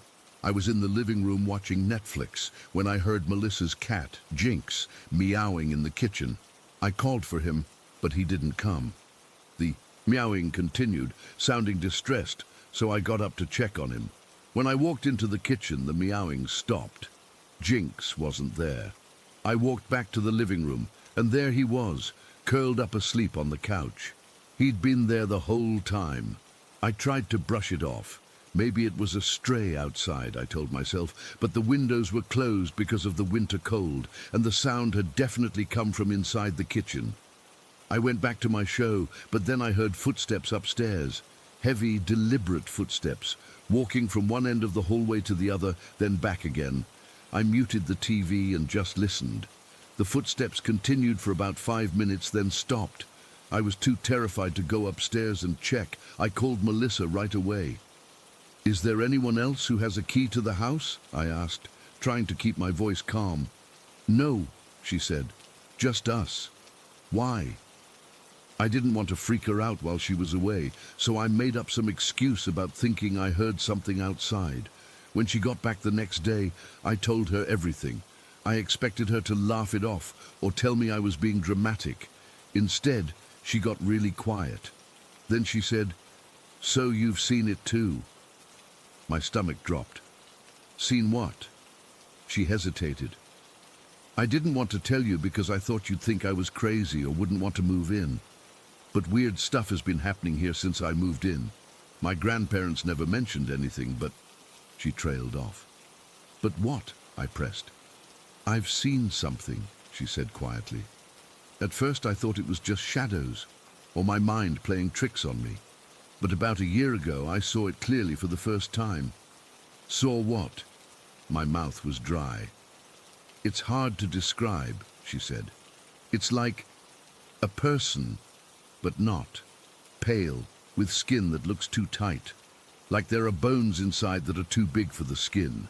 It crawls on all fours sometimes. Other times it stands upright but all wrong, like its joints bend in ways they shouldn't." I felt sick. I hadn't seen anything like that yet, but the description alone was terrifying. "Why didn't you leave?" I asked. "Where would I go? This is my home, and it's not like it's tried to hurt me. It just watches, makes noises, opens doors. Until recently, anyway." "What do you mean, until recently?" Melissa looked at me with genuine fear in her eyes. "It's getting bolder." Over the next few months, I experienced more and more strange occurrences. The footsteps became a regular thing, happening almost nightly. Sometimes they'd be accompanied by the sound of furniture moving, objects being dragged across the floor, or doors slamming. We'd go check, and nothing would be out of place. Then the voices started. At first, they were just whispers, indistinct and impossible to make out, but they grew louder. One night while I was in bed, I heard a man's voice say clearly, "She's awake," right next to my ear. I nearly fell out of bed, scrambling to turn on the light. No one was there. 3 months after I moved in, I saw it for the first time. It was around 3 in the morning, and I'd gotten up to use the bathroom. As I was walking back to my room, I saw movement at the end of the hallway. At first I thought it was Jinx, but then it rose up on 2 legs. It was exactly as Melissa had described. Pale, with skin that looked stretched too tight over something that wasn't quite a human skeleton. Its limbs were too long, joints bending at unnatural angles. It didn't have much of a face, just indentations where eyes should be, and a slash for a mouth. It stood there for maybe 5 seconds, then dropped back down to all fours and scuttled into the spare room at the end of the hall. I ran back to my room and locked the door. I didn't sleep for the rest of the night. When I told Melissa the next morning, she just nodded. "That's it," she said. "That's what I've been seeing." In April, we had a small party to celebrate Melissa's college graduation. Just a few friends, drinks around her. Bonfire, nothing crazy. 2 of our friends decided to sleep in the camper that's parked on the property rather than drive home. Around 4 in the morning, they came running into the house, pale and shaking. "Something was rocking the camper," our friend Jake said, "like violently shaking it from side to side." His girlfriend Tara was in tears. "And something poked me in the back," she said. "Hard, like a finger jabbing me. But Jake was in front of me, and there was no one else in there. We let them sleep in the living room for the rest of the night. They left first thing in the morning and haven't been back since. Things escalated from there. One night, Melissa and I were messing around with an old Ouija board we found in the attic. Stupid, I know. We weren't taking it seriously, asking dumb questions and laughing. Then the planchette started moving on its own, spelling out HEREWITHYOU. We both swore we weren't pushing it. We put the board away immediately, and as we were heading to our rooms, I saw what looked like a small boy run into Melissa's bedroom. When I blinked, he was gone. Melissa saw my face and asked what was wrong, but I couldn't bring myself to tell her about seeing a child. Somehow that seemed even worse than the other entity. Then, about a month ago, the most disturbing things started happening.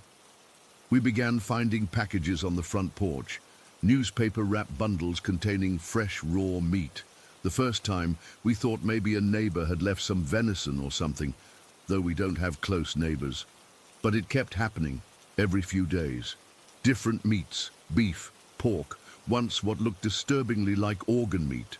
No note, no explanation, and our security camera never showed anyone approaching the house to leave these packages. 2 weeks ago, we woke up to find enormous footprints in the mud outside our bedroom windows. They were at least twice the size of a normal human foot, deeply pressed into the ground as if whatever made them was incredibly heavy. The strangest part was that there was no trail, just a line of prints starting outside my window and ending at Melissa's, with nothing leading to or from them. And the voices have gotten more frequent. Just 3 nights ago, I was in the kitchen making tea when a male voice whispered directly in my ear, "You shouldn't be here." I spun around, but of course no one was there. Melissa was upstairs showering. I could hear the water running. We've researched the history of the property as much as we can. Melissa's grandparents bought it in the 70s from a family that had owned it for generations. Before that, it was apparently part of a larger farm dating back to the early 1900s. There are old foundations in the woods that suggest there were other structures on the property at some point. One local history book mentioned that the area was considered sacred ground by indigenous people long before European settlers arrived. I don't know if something was already here and has been awakened, or if something has been attracted to this place. But whatever it is, it's getting stronger, bolder, more willing to show itself. It's gone from making noises to showing itself visually to physically affecting things in our world. Last night was the worst yet. I woke up around 2 in the morning to find it standing at the foot of my bed, not hiding in shadows or glimpsed out of the corner of my eye, fully visible in the moonlight coming through my window. Standing upright but all wrong, head tilted at an impossible angle, those empty indentations where eyes should be fixed on me. It stayed there for what felt like hours, but was probably only minutes. Then it dropped to all fours and crawled under my bed. I lay there frozen, hearing it breathing beneath me. Eventually, I must have passed out from sheer terror. When I woke up this morning, I immediately checked under the bed. Nothing was there. Melissa and I are terrified, but we don't know what to do. This is her family home. We don't have money to just move somewhere else. We've tried sage, salt lines, prayers, telling it firmly to leave, all the things the internet suggests. Nothing works. Whatever this thing is, it's not going away. It's getting stronger, and I'm afraid of what it might do next. Story 10. I'm still trying to make sense of what happened in our house last year. I've never been the type to believe in the paranormal or anything supernatural. But after what my son and I experienced, I honestly don't know what to think anymore. We've lived in our Portland home for about 8 years now. Me, my son, he's 14, my stepdad, who moved in with us after my mum passed, and our 2 cats, Kyle and Mittens. Kyle's this big orange tabby who's basically a dog trapped in a cat's body. Super affectionate, follows you everywhere, but the weird thing is, he can't meow, just makes these little squeaky chirps. Mittens is your typical aloof cat who only wants attention on her terms. Everything was completely normal until about 7 months ago. The first thing I noticed was hearing my son crying upstairs. I remember I was doing dishes and heard what sounded exactly like him sobbing in his bedroom. My heart dropped. He's a teenager now, so hearing him cry like that made me think something serious had happened. I rushed upstairs calling his name, only to find his room empty. A few minutes later, he walked in through the front door with his backpack, having just gotten home from school. I asked if he was okay, and he looked at me like I was crazy. When I explained what I'd heard, we just kind of laughed it off. Kids playing outside, maybe? But it happened again a few days later. This time, he was downstairs playing video games when I distinctly heard crying from his room. I remember looking at him, and he was right there in front of me, definitely not crying. "Did you hear that?" I asked him. He paused his game and listened. "Yeah, sounds like someone upstairs." We both went up to check, but there was nobody there, just an empty bedroom. We exchanged this look. I'll never forget it. Both of us knowing something wasn't right but not wanting to say it out loud. We silently agreed to just pretend it didn't happen. Looking back, that was probably our first mistake. The crying incidents continued, maybe once or twice a week. Sometimes I'd hear it, sometimes my son would. We started making excuses, old pipes, the neighbors, the wind, but deep down, we knew better. Then the scratching started.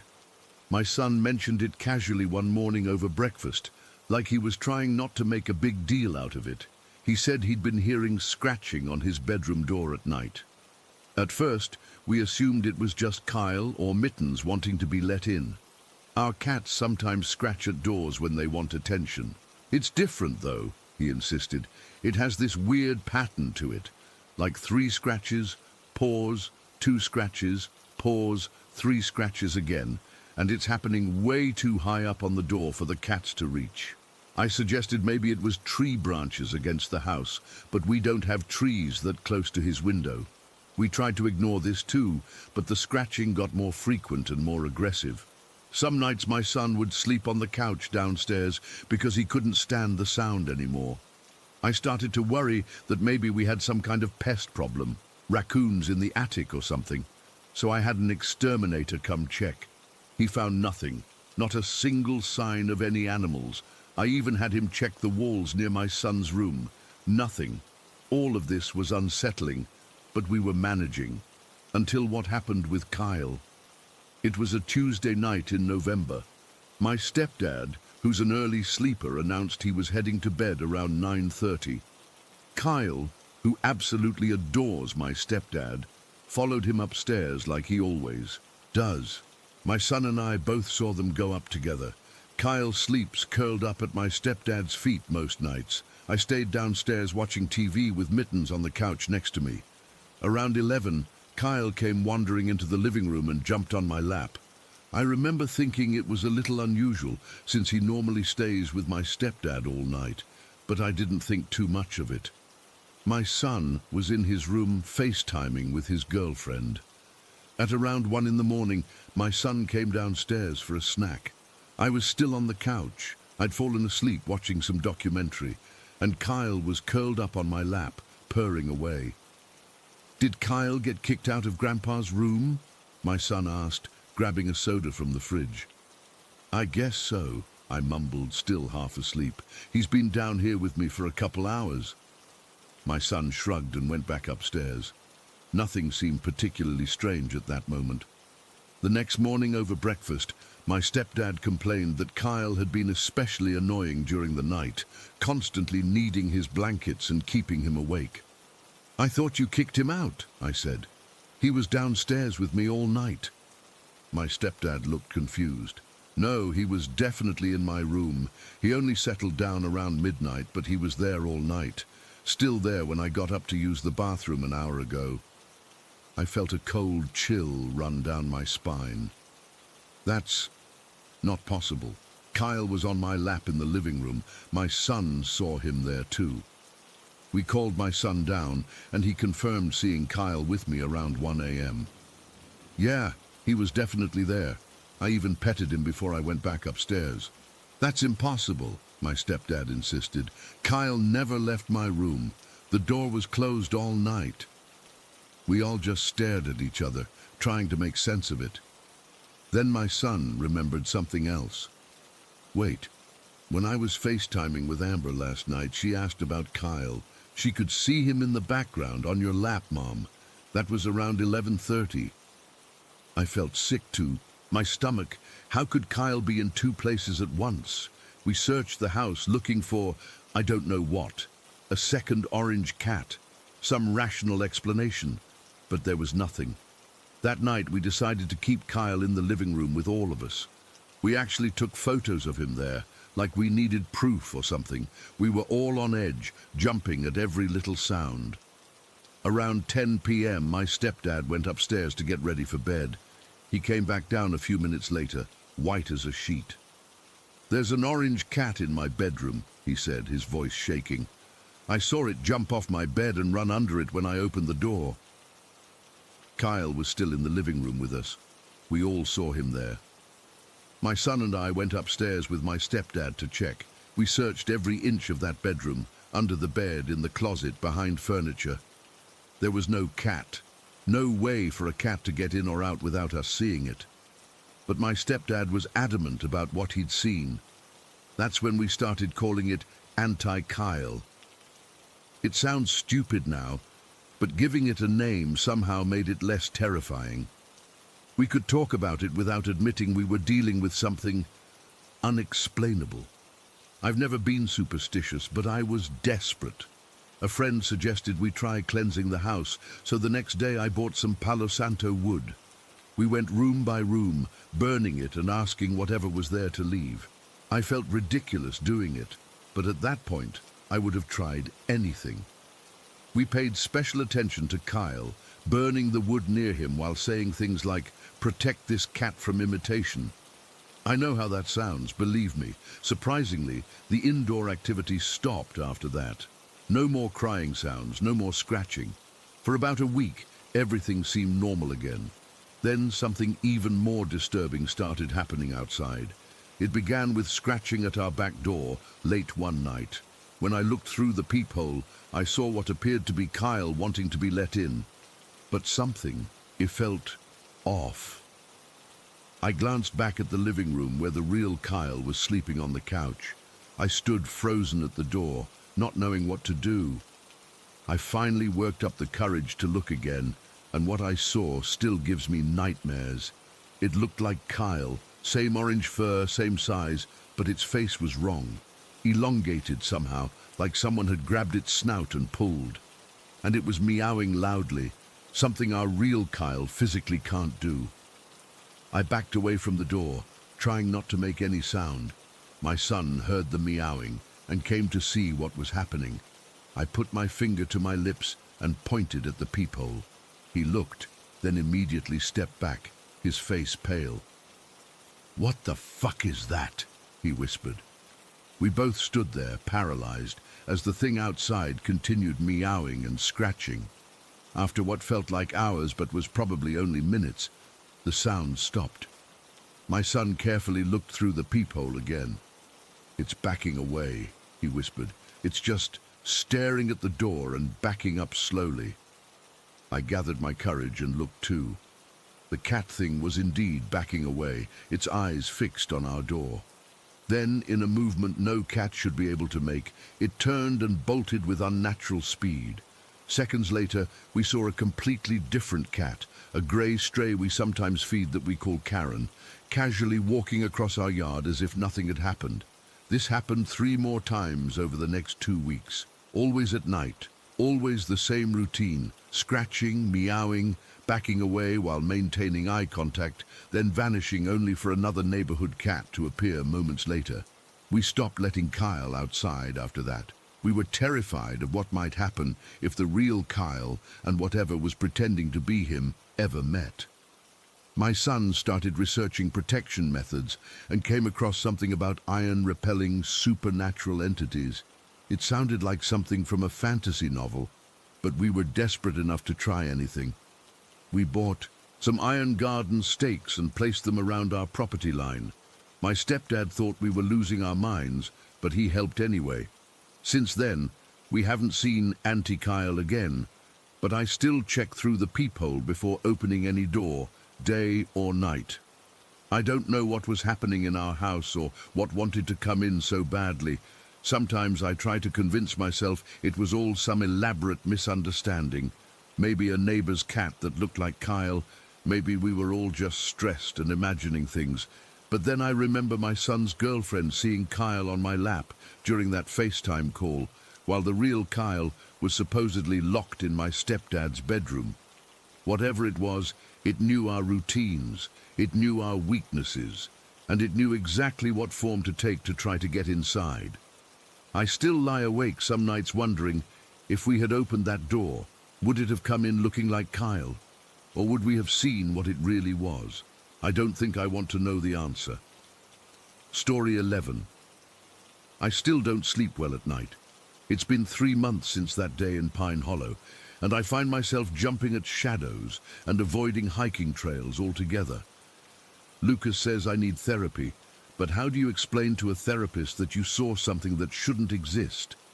They just label it as an episode or hallucination, but I know what I saw. We both do, even if we saw it differently. It started with the dreams, about a week before our hike. I'd be drifting off to sleep when I'd see this figure, a man's body with a goat's head, just standing there watching me. At first it was just for a split second as I was falling asleep, and I brushed it off as one of those weird intrusive thoughts that pop into your head before sleep. I get those sometimes, random disturbing images that I can usually push away. But each night the visions got longer and more detailed. By the 5th night I could make out the texture of its fur, the way its eyes reflected light like a cat's. I didn't tell Lucas. What was I supposed to say? Hey babe, I'm hallucinating a goat man before bed every night. So I kept quiet and hoped it would pass. That weekend, we decided to visit the waterfalls near Pine Hollow. Both of us had been stressed with work, and Lucas thought some nature would do us good. The waterfalls were supposed to be this hidden gem, not too touristy, but beautiful. I read reviews online that said it was an easy hike, good for families with kids, perfect for us since neither of us are experienced hikers. Getting there was a nightmare. We had to take 2 buses and then walk about a mile from the last stop. It was already past noon by the time we reached what was supposed to be the trailhead. But instead of the well-marked family-friendly path I'd read about, we found ourselves staring at a steep, unmarked trail disappearing into dense woods. Are you sure this is it? Lucas asked, checking his phone. No reception, of course. I double-checked the map we'd printed. This should be it, but it looks different than what people described. We decided to try anyway. We'd come too far to turn back without at least attempting to find the falls. The moment we stepped onto that path, I felt wrong. Like when you walk into a room and can tell someone's been arguing, even though everyone's quiet now. The air felt heavy and still. Lucas felt it too. I could tell by the way his shoulders tensed up. Maybe we should try another day, he suggested, and I quickly agreed. We headed back down to a small village we'd passed. There was a little cafe where we asked about the waterfall trail. The old man working there assured us we'd been on the right path. Just 20 minutes up that trail, he said with a smile that didn't quite reach his eyes. Beautiful waterfall. You should go see it. Something in his tone made me uneasy, but Lucas was determined. We'd traveled for hours to get here, and he didn't want to leave without seeing the waterfall. So back up we went. This time we saw other hikers coming down, which made me feel better. A family with kids passed us, all smiling. Maybe I was just being paranoid. The path was steep, but not impossible. My only concern was my sneakers, not ideal for hiking, but they'd have to do. About 15 minutes in, the trail got even steeper. We were both breathing hard, and I was slipping a bit in my inadequate shoes. Let's take a break, Lucas suggested, pointing to a small clearing off the path. We can eat our sandwiches and decide if we want to keep going. We sat on some rocks and pulled out our lunch. As we ate, another couple passed by. They looked about our age, also in casual clothes and sneakers. The woman was wearing flip-flops, for God's sake. If they could make it, so could we, right? That's when I saw it. At the top of the visible trail, maybe 50 yards ahead, stood a goat. Just a regular mountain goat, I thought at first. Not uncommon in these mountains, but something felt off. It was standing perfectly still, staring directly at us. Lucas, I whispered, nudging him, look at that goat. He followed my gaze and frowned. Weird that it's just standing there like that. What was stranger was that the couple walking up the path seemed not to notice it at all. They walked right past it without a glance, though the goat was clearly visible from the trail. Then it happened. The goat, it stood up, on two legs. I blinked hard, certain I was seeing things, but no, it was standing upright now, revealing what looked like a human torso beneath the goat head. Its arms hung unnaturally long at its sides. "Holy shit," Lucas breathed. "Do you see that?" I couldn't even answer. My heart was hammering so hard I thought it might burst from my chest. The couple who had passed us were now out of sight around a bend. Had they really not seen this thing? "We need to go," I finally managed to say. "Now." We packed up our food, with shaking hands, never taking our eyes off the creature. It hadn't moved since standing up, just kept staring at us with those horizontal pupil eyes. As soon as we turned to head back down the trail, I heard a sound that still haunts my nightmares. A cross between a bleat and a human moan. I looked back. The creature was moving toward us now, but not walking. It was on all fours, but moving in a way no animal should move. Its limbs bent at impossible angles, like a spider crawling down the path. "Run!" Lucas said, grabbing my hand. We ran. The path was steep and treacherous, and I slipped multiple times. Lucas kept pulling me up, keeping us moving. I was too afraid to look back, but Lucas did. "It's following us," he hissed, "gaining on us." I risked a glance back and saw nothing, but when I turned forward again, my blood froze. It was standing there, directly in our path, not 20 feet ahead, standing fully upright now. I could see its body clearly, human-shaped but covered in coarse hair, with a goat's head that seemed too large for its frame. Its chest was bare, pale skin showing through patchy fur. "Lucas," I gasped, pointing ahead. He looked where I was pointing and pulled me to a stop. "Where? What?" "It's right there," I screamed, pointing directly at the creature. Lucas looked confused. "There's nothing there, Mia." The creature tilted its head, almost curiously. Then it took a step toward us. "We need to go around it," I said, tugging Lucas toward the edge of the path. "Around what?" Lucas was looking at me like I'd lost my mind, but he followed as I dragged him into the underbrush beside the trail. As we pushed through the bushes, I heard Lucas gasp. "It's behind us now. How did it move so fast?" I looked back and saw nothing. Then I realized Lucas could see it when it was behind us, but not when it was in front. And I was experiencing the opposite. We scrambled back onto the path below where the creature stood and ran as fast as our legs could carry us. I could hear it pursuing, strange, uneven footfalls and that awful bleating moan. But I didn't look back again. I just ran. By some miracle, we made it back to the village. As we burst out of the tree line, gasping for breath, I finally dared to look back.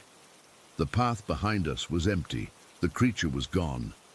We collapsed at a bench outside the cafe, both shaking violently. The same old man came out looking concerned. "You all right? Did you see the waterfall?" "No," Lucas managed. We saw something on the trail." The old man's expression changed subtly. "What kind of something?" I couldn't speak, so Lucas answered. "Some kind of animal, standing upright, with a goat's head." The old man's face went completely blank. Without another word, he turned and went back inside the cafe. A minute later, he emerged with 2 small glasses of clear liquid. "Drink," he ordered. "It will help with the shock." It was some kind of local spirit, burning all the way down, but he was right. It did help steady our nerves enough that we could get on the next bus out of there. That night, back in our apartment, we burned sage and incense. I'm not usually superstitious, but my grandmother practiced witchcraft, and some of her beliefs rubbed off on me. Lucas didn't object. He was as rattled as I was. "I saw it chasing us the entire way down," he told me as we sat huddled on the couch. "But when you said it was in front of us, I couldn't see anything. How is that possible?" I didn't have an answer then. I still don't, not really. But I've been researching since we got back. My grandmother left me her books on folklore and the supernatural. I never took them seriously before, but now I'm going through them page by page. There are legends in many cultures about entities that appear half human, half animal. The ancient Greeks had Pan and the satyrs. Celtic folklore speaks of shapeshifters and forest spirits. Native American traditions tell of skinwalkers. What disturbs me most is that, in many of these legends, these entities can only be fully perceived by certain people or under certain conditions. Some can only be seen with peripheral vision. Others can only be seen by those they've marked somehow. Those dreams I had before our hike, was that it marking me? Was it calling me to that trail? Lucas thinks we should talk to someone professional about what happened. He's worried about my obsession with identifying the creature. But he doesn't understand. I need to know what it was. I need to understand why it showed itself to us. Most of all, I need to know if it's finished with us. Because sometimes, when I'm drifting off to sleep, I still see it, standing in the corner of our bedroom watching. And lately, I've noticed Lucas staring at empty spaces too, though he won't admit it when I ask him. I don't know what we encountered on that mountain. I don't know if it followed us home. All I know is that the world is stranger and more dangerous than I ever imagined, and I can't unsee what I saw that day in Pine Hollow. Story 12. I've been sitting on this experience for months now, trying to make sense of it. I'm not the type who believes in ghosts or the supernatural. At least I wasn't before. But something happened that I just can't explain, and I need to get it off my chest. I grew up in a modest 2-story home in Westridge. It was nothing special. Just your typical suburban house with 3 bedrooms upstairs, a decent backyard, and a kitchen that always smelled like my mom's apple pie on Sundays. We were happy there, the 5 of us, my parents, my 2 siblings and me. Everything changed in the summer of '82. I was 15 when my mom died. It happened so suddenly. One minute she was working in the front yard, planting those tulip bulbs she loved so much, and the next, she collapsed. Our neighbor saw it happen and called the ambulance. They rushed her to the hospital, but she never regained consciousness. Brain aneurysm, they said. Just one of those horrible things that happen without warning. Dad was never the same after that. He tried his best to keep things normal for us kids, but there was always something missing. He'd sit in Mom's garden for hours, just staring at her flowers. 5 years later, his heart gave out. The doctors called it a heart attack, but I always felt like he died of a broken heart. He never stopped missing her. After Dad passed, my older brother Mark decided to buy the family home. None of us wanted strangers living there at that point. He lived there for about 10 years before eventually selling it when he got a job offer in Chicago. I was sad to see the house go, but life moves on, right? Fast forward to last year. I was at my friend Diane's birthday party. Nothing fancy, just a small gathering at her place. I was getting another drink when someone tapped me on the shoulder. "You're Emily Harrington, aren't you?" a woman asked. She was maybe in her 30s with curly brown hair and friendly eyes. When I nodded, she smiled. "I'm Cassandra Winters. I think I live in your old house on Maple Street." It was such a strange coincidence that I nearly spilled my drink. We got to talking, and sure enough, she'd bought my childhood home about 3 years ago. She described the creaky 3rd step on the staircase and the built-in bookshelf in the living room that my dad had installed. It was definitely our house. Then she asked something that made my skin prickle. "Was the house haunted when you lived there?" I must have looked startled because she quickly added, "I'm sorry if that sounds weird. It's just me and my roommates have experienced some things." "What kind of things?" I asked, suddenly feeling defensive about our family home.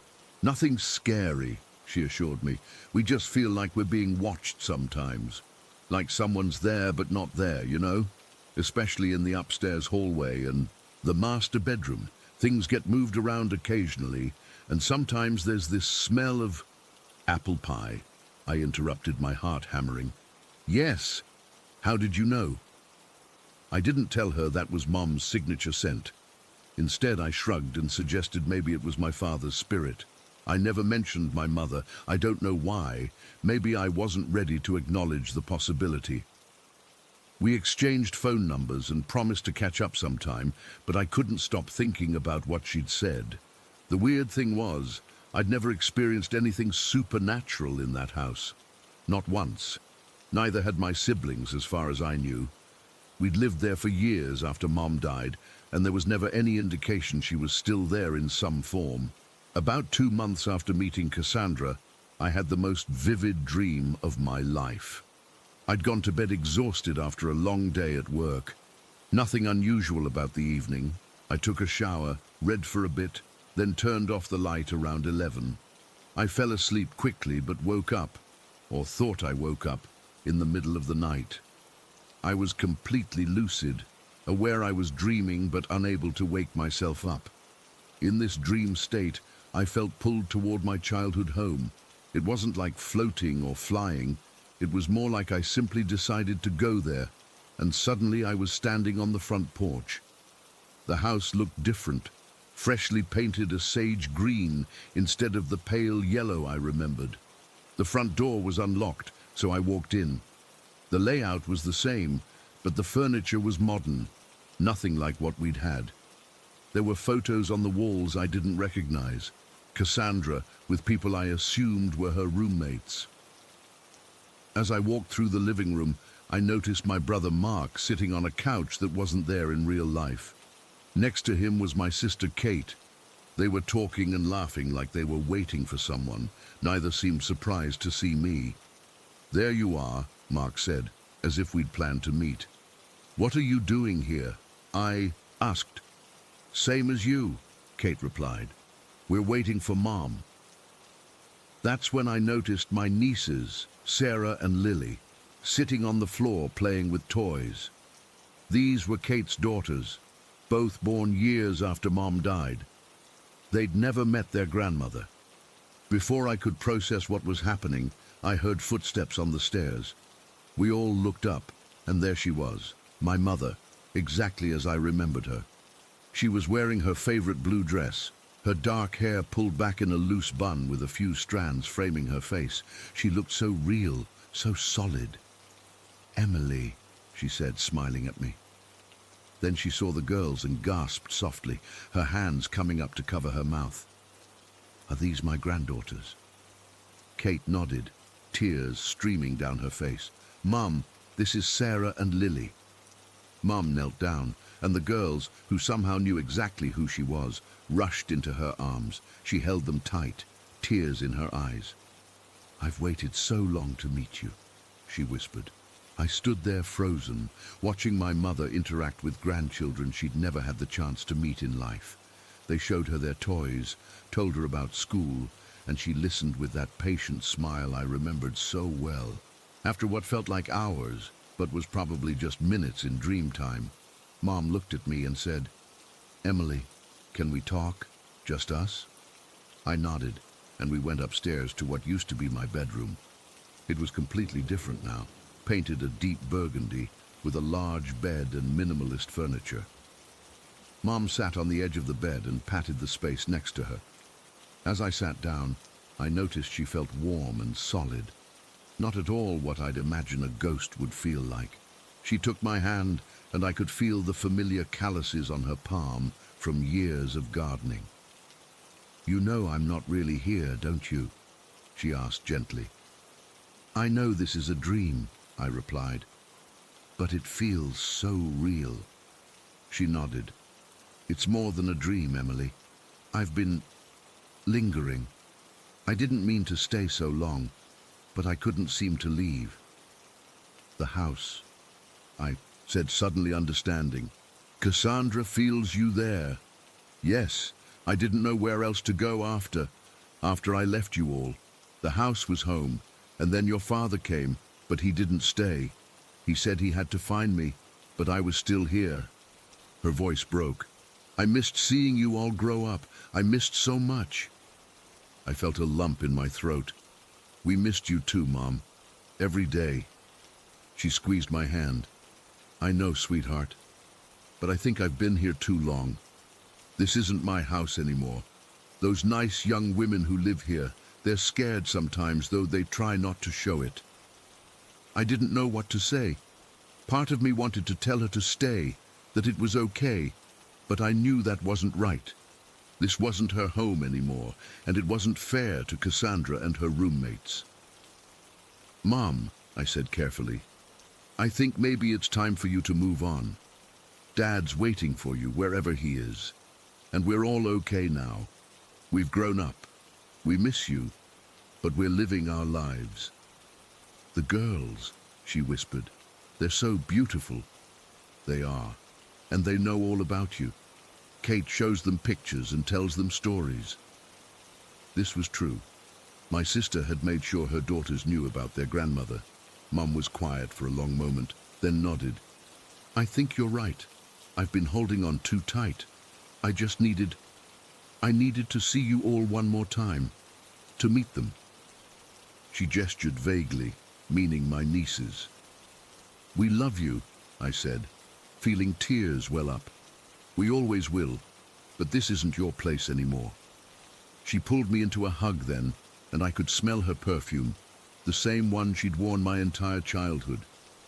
I love you too, my sweet girl. Tell Mark and Kate for me. I will, I promised. She stood up, smoothing down her dress.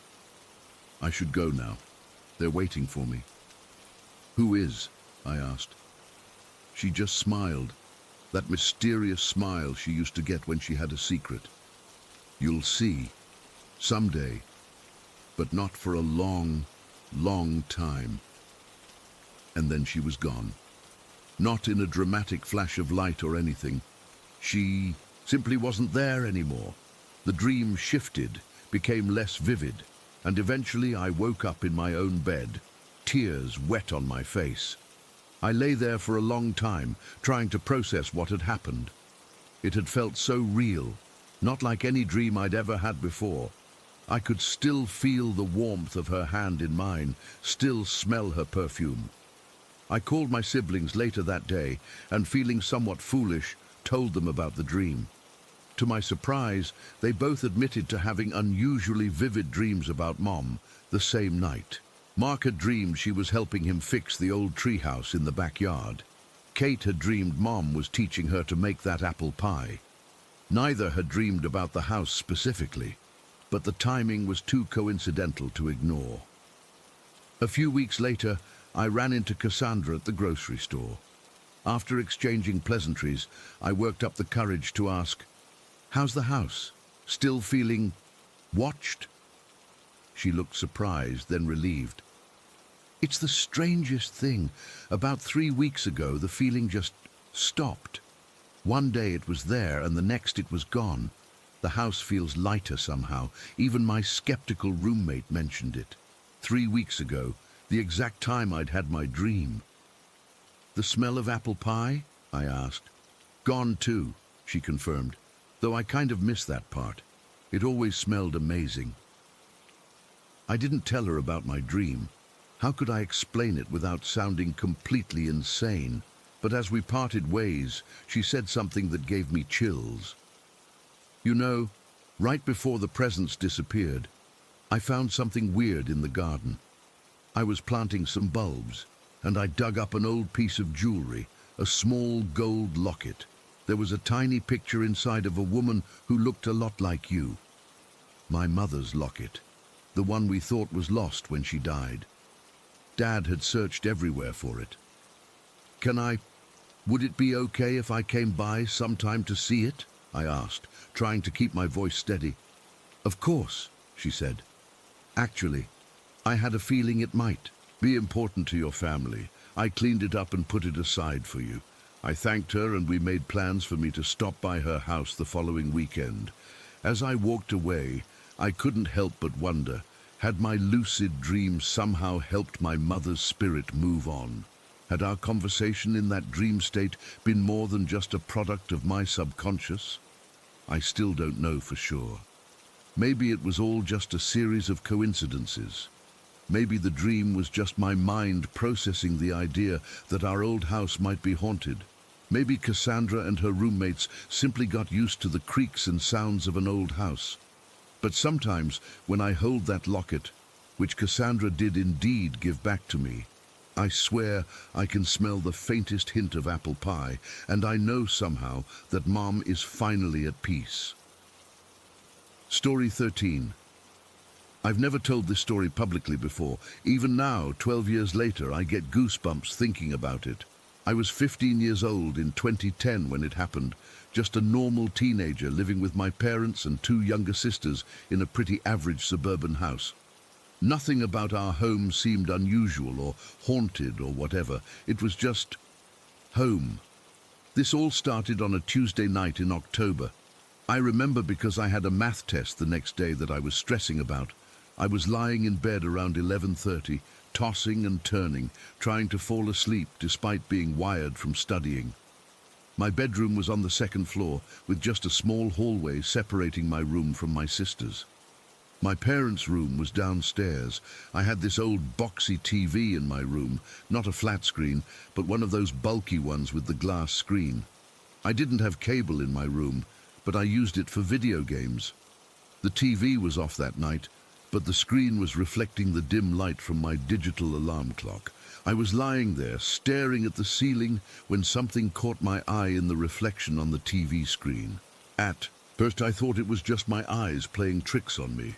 You know how when you're tired, your vision can get a little weird? But then I saw it again. There was this shape, like a dark mass, almost like black smoke or a shadow, but with substance. It was jittering slightly in the reflection. I froze. My heart started pounding immediately. I didn't want to look directly at whatever was causing the reflection, but I couldn't help myself. I slowly turned my head toward the ceiling above my bed. There was nothing there. I looked back at the TV screen, and the shape was still visible in the reflection. It didn't make any sense. The reflection showed something moving on my ceiling, but when I looked at the actual ceiling, there was nothing there. I sat up in bed, trying to rationalize what I was seeing. Maybe it was a bug crawling on the TV screen itself. I squinted, trying to get a better look, and that's when the shape in the reflection began to change. It was expanding, stretching out. The movements were jerky and unnatural, like stop-motion animation, but more fluid. The dark mass started forming what looked like limbs, arms and legs. It took on a humanoid shape, and then, in the reflection, I could see it crawling across my ceiling.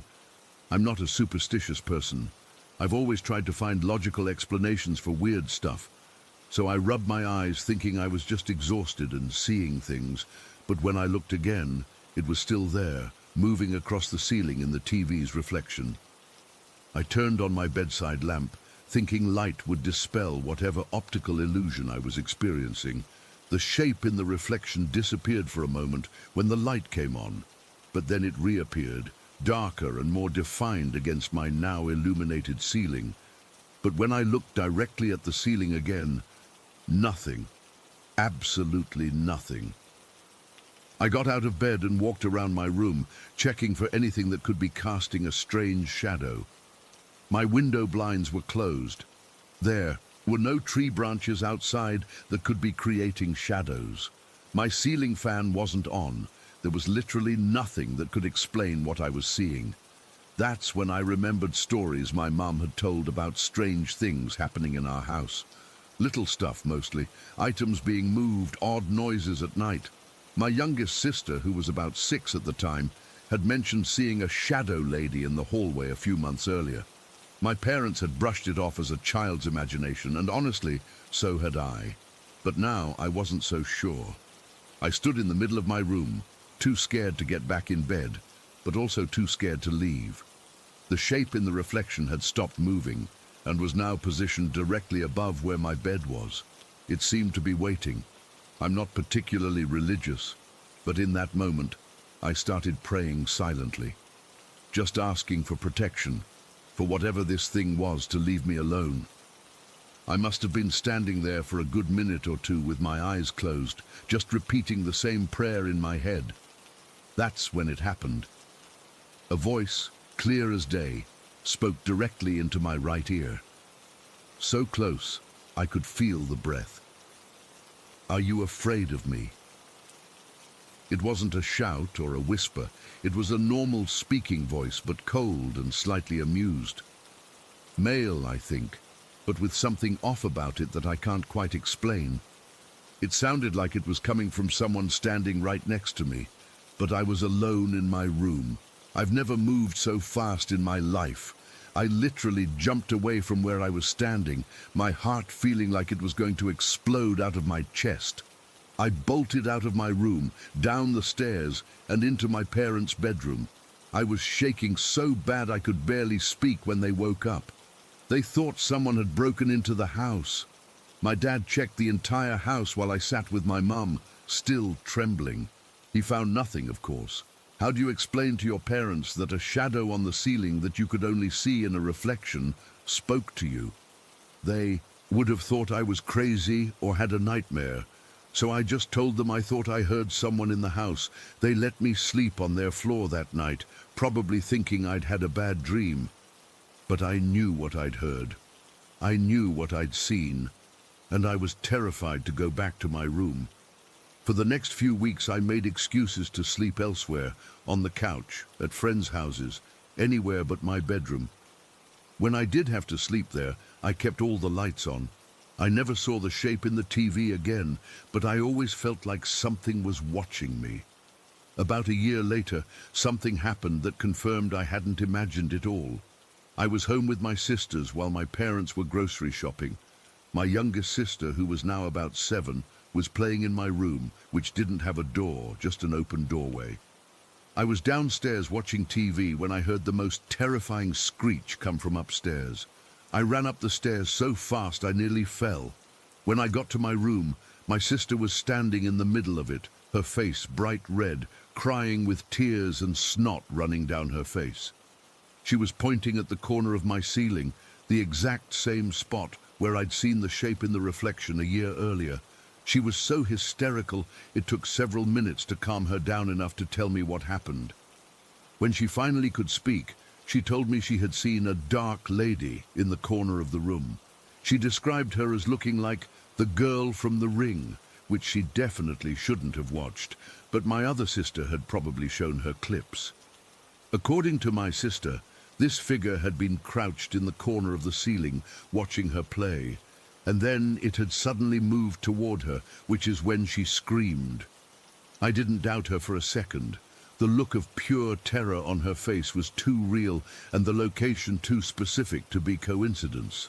We both slept in the living room that night, and I didn't tell my parents exactly what had happened. I just said she'd gotten scared. Playing in my room. What else could I say?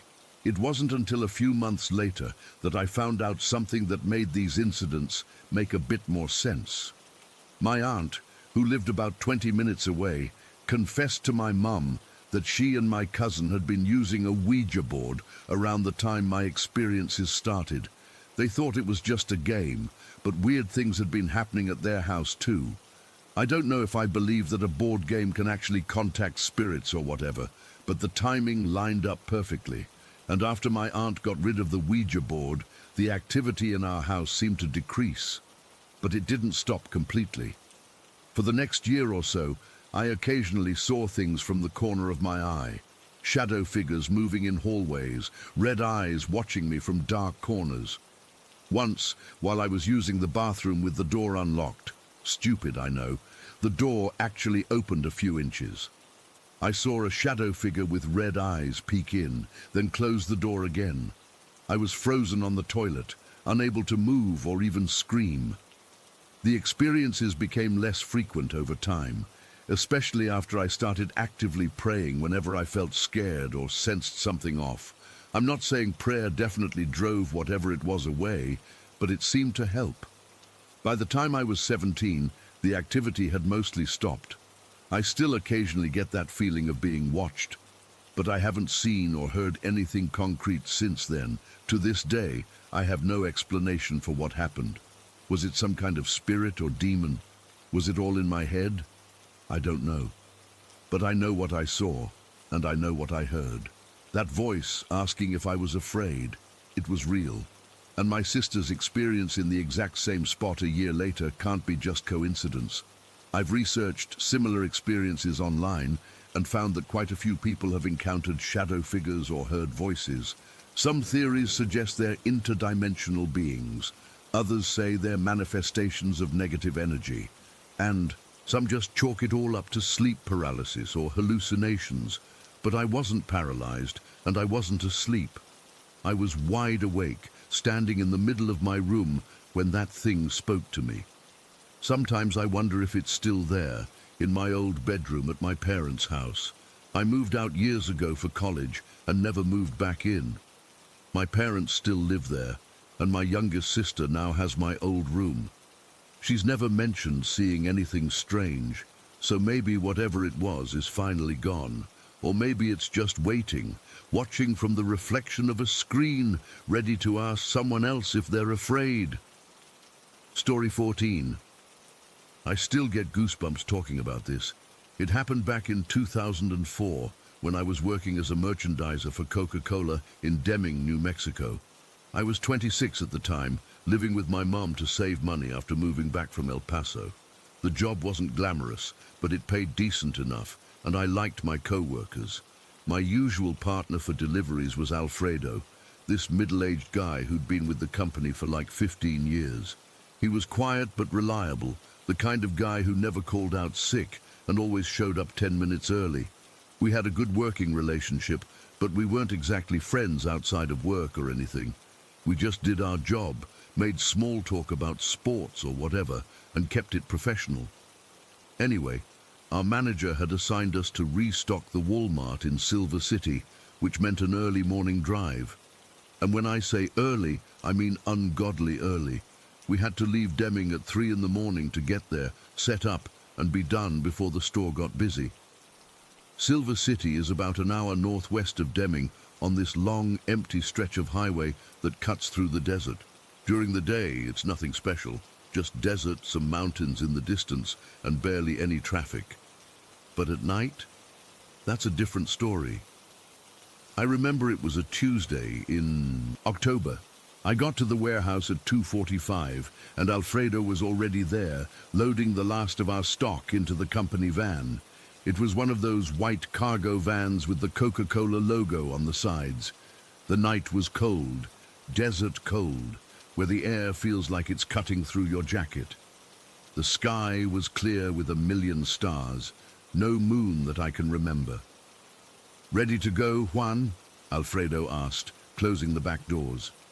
He always insisted on driving, which was fine by me since I could doze off a bit.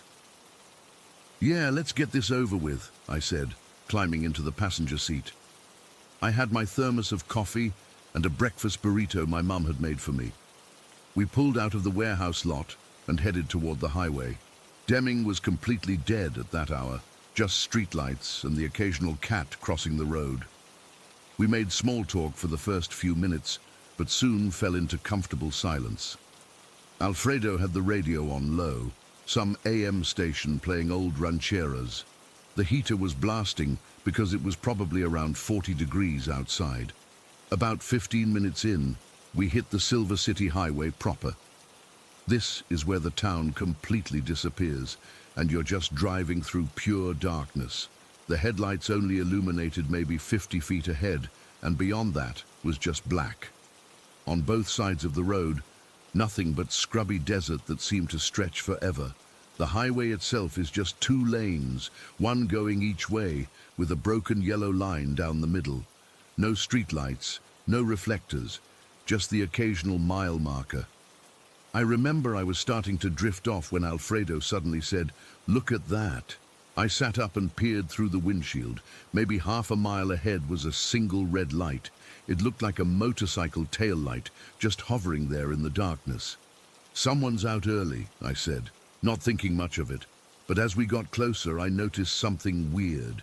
The red light seemed to be moving really slowly, maybe 20 miles per hour tops. The speed limit was 65 on that stretch. This guy's crawling, Alfredo muttered, easing off the gas. We went from around 60 to 40 to 30, gradually approaching the red light. As we got closer, maybe 100 yards behind it, the light slowed down even more. Alfredo had to brake harder to avoid getting too close. Now we were doing maybe 15 miles per hour.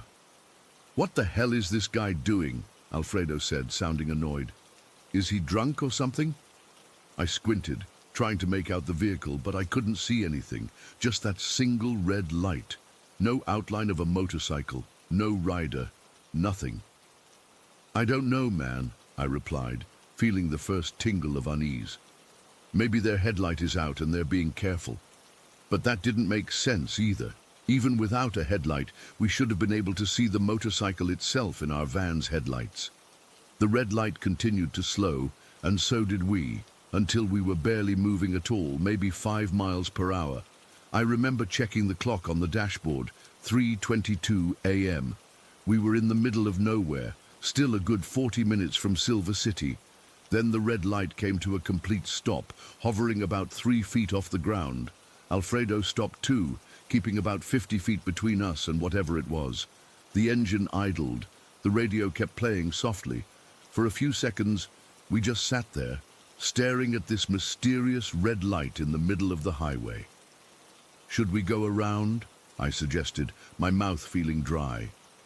Alfredo didn't answer. He was gripping the steering wheel so tight his knuckles were white. I could hear him breathing, short, quick breaths. And then it happened. The red light suddenly shot sideways, not forward or backward along the road, but straight off the highway into the desert to our right. It moved so fast it was like a bullet. 1 second it was there, and the next it was zipping away at an impossible speed. But here's the really freaky part. As it moved away from us, the light changed from red to bright white, intensely bright like a welding arc. It was so bright it lit up the desert around it, revealing the scrub and rocks and sand. I could see tumbleweeds and cacti casting long shadows as this thing, whatever it was, raced away. Then, when it was maybe a quarter mile from the highway, the white light suddenly shrank down to a tiny green dot, like a green laser pointer. And then, poof, it was gone. Just vanished into thin air.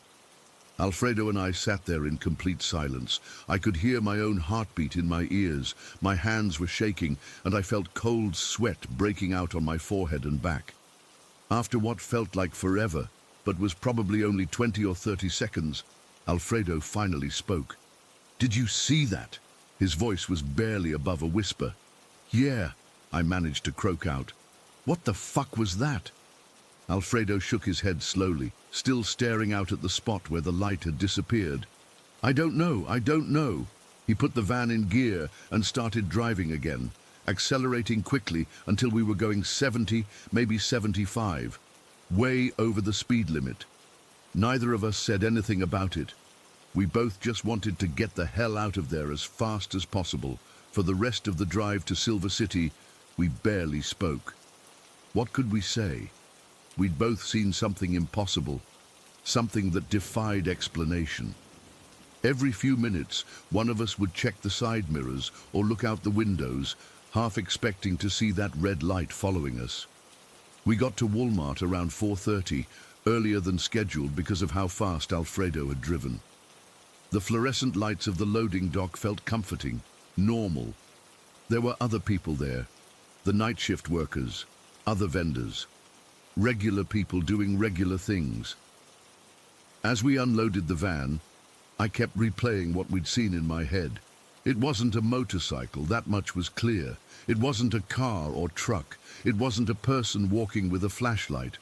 The way it moved, that impossible right-angle turn, the insane acceleration, the color change. No vehicle on Earth can do that. Our shift that day was awkward as hell. We worked side by side, stocking shelves, building displays, checking inventory, but we barely talked. Occasionally, one of us would start to say something, then stop. What was there to say? "Hey, remember that supernatural thing we saw a few hours ago? Let's chat about that while we stack these 12 packs. On the drive back to Deming in broad daylight, Alfredo finally broke the silence. "I'm not crazy, right?" he asked, his eyes fixed on the road ahead. "We both saw the same thing?" "We did," I confirmed. "I don't know what it was, but we both saw it." "I've been driving this route for 12 years, he said. "Never seen anything like that before." I hesitated before telling him what was on my mind. My mom used to take night classes in Silver City when I was a kid. She'd drive this highway twice a week after dark. She told me once that she'd seen strange lights out here, but I thought she was just trying to scare me or something. Alfredo nodded slowly. "My uncle was a trucker. He used to talk about weird stuff he'd see on overnight hauls. I always thought he was full of shit." He paused. "Not anymore." When we got back to Deming, I went straight home. I couldn't sleep that night. Every time I closed my eyes, I saw that red light turning white, then green, then disappearing. I kept wondering, what if it had approached us instead of shooting away? What if it had surrounded our van? What if it had taken us? The next day at work, our manager asked if everything went okay in Silver City. Alfredo and I exchanged glances. "Yeah, all good," Alfredo replied, and I nodded in agreement. What would we have said? "Oh, by the way, we saw some kind of supernatural light entity on the highway that defied the laws of physics. We'd have been drug tested or fired or both." I worked with Alfredo for another 2 years after that, and we never really talked about what we saw again. It was like this unspoken agreement between us. We knew what happened, we both experienced it, but discussing it wouldn't change anything or provide answers. I did eventually tell my mom about it, and she got this look on her face, not surprise, but recognition. She told me more about her experiences on that highway, strange lights following her car, her radio cutting out at the same spot every time, once even losing an hour of time with no memory of what happened. That was 17 years ago now. I've since moved away from Deming, got married, had kids. I've got a different job, a different life. But I've never forgotten what I saw that morning. I've never driven the Silver City Highway at night since then, not once. If I need to go to Silver City, I make damn sure I'm making that trip in broad daylight, with plenty of time to get back before sunset. Whatever's out there, whatever that thing was we saw, it's still there. I'm sure of it. Waiting in the darkness, appearing as a harmless red light that might be mistaken for a motorcycle or a car. But it's not a motorcycle, it's not a car, it's something else entirely. And to this day, I have no explanation for what we experienced. I've read about ball lightning, about weather phenomena, about military testing in the desert. None of it fits what we saw. Sometimes I wonder if anyone else has seen it. If anyone else has stopped on that empty highway in the early morning hours and encountered that impossible light. I just know I never want to see it again. Story 15. I still get chills thinking about what I saw 3 weeks ago. I've been debating whether to post this at all, but I need to tell someone who might believe me, or at least not think I'm completely mad. I live in a small flat overlooking Camden Market. It's a decent place, noisy during the day with all the tourists, but I've always enjoyed people watching from my balcony with a cup of tea. That particular Thursday in March was unusually warm, and I'd just gotten home from work around 6:30 in the evening. The sun was beginning to set, casting that golden-orange light that photographers love over the market below. I made myself a sandwich and decided to eat on the balcony while watching the evening crowd. My flat faces the central walkway where most of the foot traffic flows. The market was still busy, typical for a Thursday evening with people shopping after work or grabbing food from the stalls. Nothing seemed unusual at first. I was about halfway through my sandwich when I noticed him. A tall man in a dark grey suit and white shirt, carrying a black backpack. He had short, neatly combed dark hair and was clean-shaven. At first glance, there was nothing remarkable about him, just another office worker heading home. But something made me keep watching him. He was walking in a pattern, a perfect oval pattern through the market. I only noticed because he passed directly beneath my balcony, then around a cluster of stalls, and back to the exact same spot again. And I mean the exact same spot. He placed his foot on the same paving stone each time. The first 2 loops, I thought maybe he was looking for someone or waiting for a friend. By the 4th loop, I realized something was off. His pace never changed, not once. It was meticulously consistent, like a pendulum or a machine. Each loop took him exactly 2 minutes and 15 seconds. I timed it on my phone after the 6th repetition. 2 minutes and 15 seconds every single time, no deviation. Who walks like that? Who maintains that kind of precision without checking their watch or phone? But the strangest thing was how people responded to him. No one approached him or bumped into him despite the crowded walkway. People seemed to instinctively give him space, not dramatically, not like they were afraid exactly, but as if some unconscious part of their brain was steering them away. I watched a young couple almost walk into him, then suddenly veer away at the last second without even looking at him directly. After about 20 minutes of this bizarre behavior, my phone buzzed. My friend Sam needed help moving some furniture he'd just bought. His flat was only a 10-minute walk away, so I told him I'd be right over. I grabbed my keys and headed downstairs, slightly annoyed at having to leave my observation post. As I walked through the market, I realized I'd need to pass near the suited man to get to the exit. I felt a growing uneasiness with each step closer to his path. I told myself I was being ridiculous. He was just some bloke with odd habits. But my heart was racing by the time I approached the area where he'd be passing. When he came around the corner, about 10 feet away from me, everything in my body screamed danger. It wasn't rational. There was nothing overtly threatening about him. He wasn't large or intimidating. He carried no weapon. He wasn't even looking at anyone. But I felt a primal fear, unlike anything I've experienced before, the kind of fear that bypasses your conscious mind and goes straight to your survival instincts. I froze, unable to move closer to his path. From this distance, I could see details I'd missed from my balcony. His suit was immaculate, but somehow wrong for the season, too heavy like winter wool despite the warm weather. His shoes were polished to an unnatural shine. He carried a sleek black backpack that looked expensive but had no visible brand logos or identifying features. His face was what disturbed me most. It was perfectly symmetrical and unblemished, not in a handsome way, but in an unsettling, manufactured way. His skin had an almost waxy quality under the market lights. But his eyes never moved. They stayed fixed on a point about 6 feet ahead of him on the ground, never shifting to look at people or stalls or anything in his periphery. He didn't blink normally either, more like timed mechanical closures. As he passed closest to me, about 8 feet away, I felt a physical pressure, like the air had become thicker.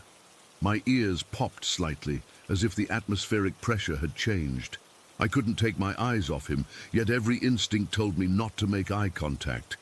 He radiated a cold, oppressive energy that felt dangerous.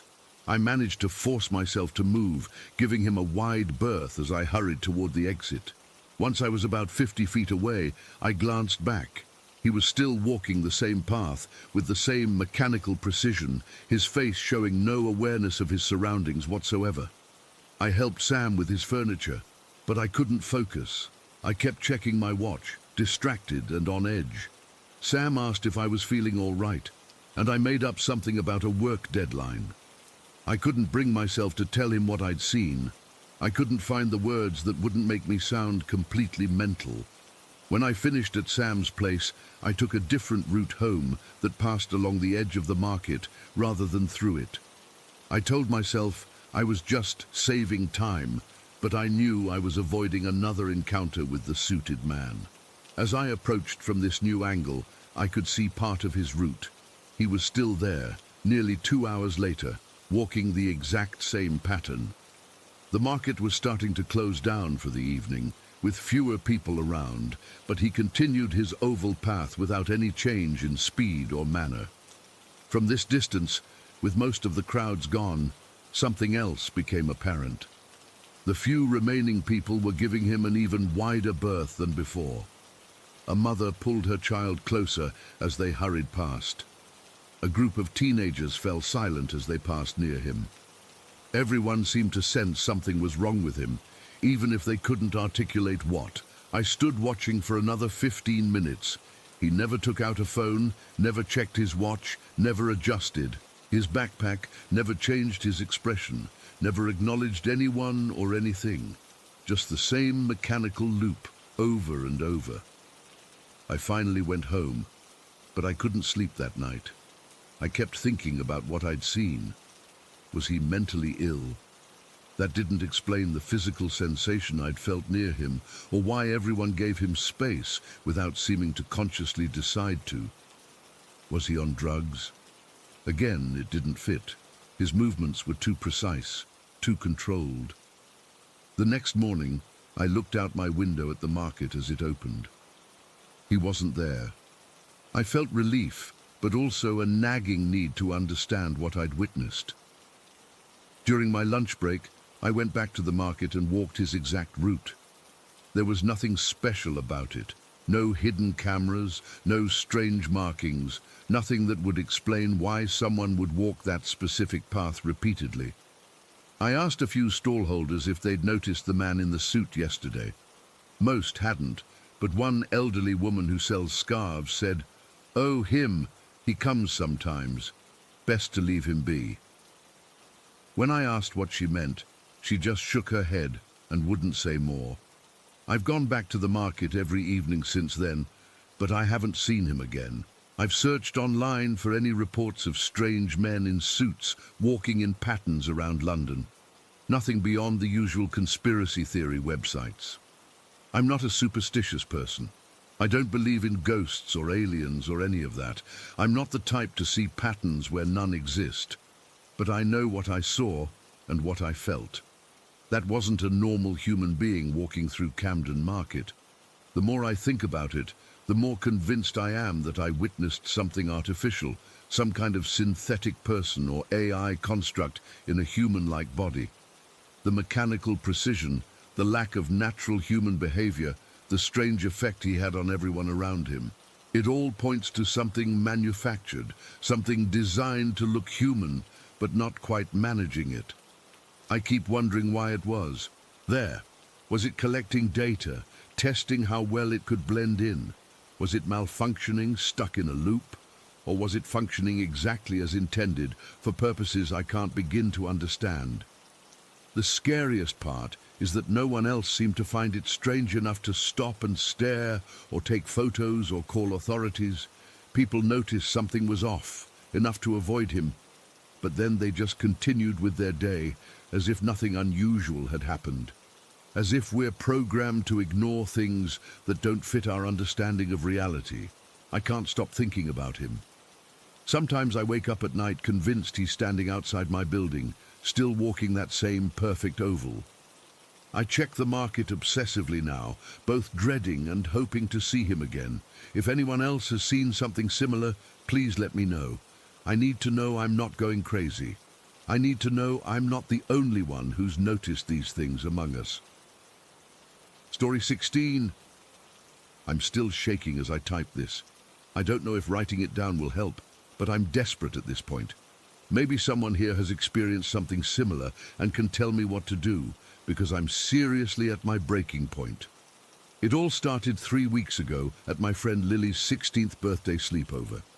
There were 5 of us, and after the usual pizza and cake, Lily pulled out this old Ouija board she'd found in her attic. Her parents were out for the night, and she thought it would be fun to communicate with spirits or whatever. I was skeptical, we all were, but it seemed harmless enough. We dimmed the lights, lit some candles, and sat in a circle on her bedroom floor. At first, we were just giggling and accusing each other of moving the planchette. But then, things got weird, like really weird. The planchette started moving on its own. I swear on everything I care about that none of us was pushing it.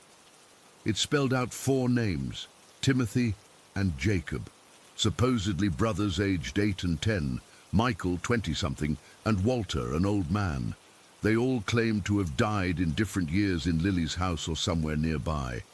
When we asked if they could show us a sign they were really there, the candles flickered all at once. The room got so cold we could see our breath, which makes no sense because it was the middle of July and Lily's house doesn't even have air conditioning. That's when I started to freak out, but everyone else wanted to keep going. The planchette spelled out Emma Sees over and over. That's me, Emma Thompson. I wanted to stop right then, but the others thought it was cool that the spirits had singled me out. We kept going for another hour before Lily's parents came home and we had to pack everything up. That night, I couldn't sleep. I kept feeling like someone was watching me from the corner of Lily's room. I swear I saw shadows moving along the walls that didn't match up with anything in the room. I chalked it up to being creeped out from the Ouija session and tried to forget about it. But it followed me home. I live in the basement bedroom of our house. It used to be my favorite thing about our home. I had privacy, my own bathroom, and enough space for all my stuff. Now it's become my prison.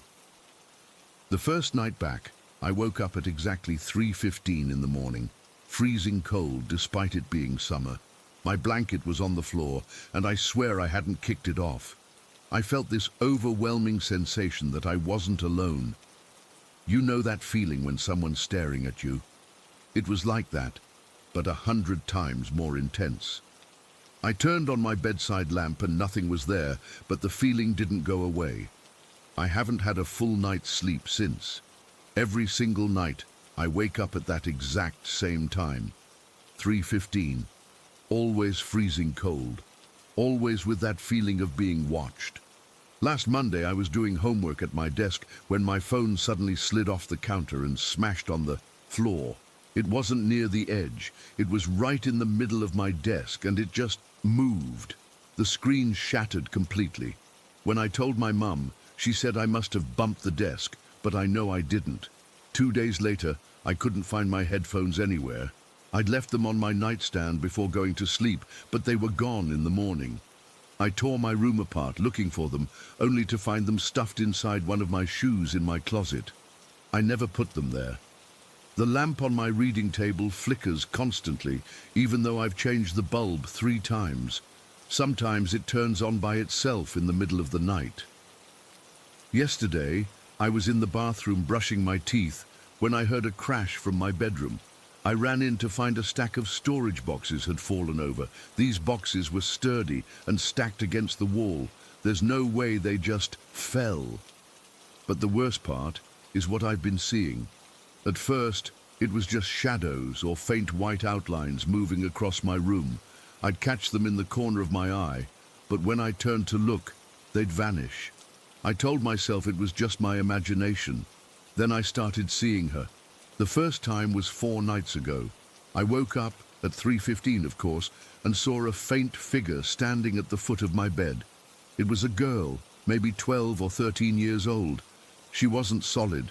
I could see the outline of my dresser through her, but she was definitely there. She didn't have a clear face, just these dark, hollow spots where her eyes should be. She looked sad. Not threatening, just deeply, profoundly sad. I screamed and turned on the light and she was gone. My mom came running downstairs, but of course there was nothing to show her. She thinks I'm having night terrors from stress about school or something. The girl has appeared 3 more times since then. Each time, she's a little more visible, a little more solid.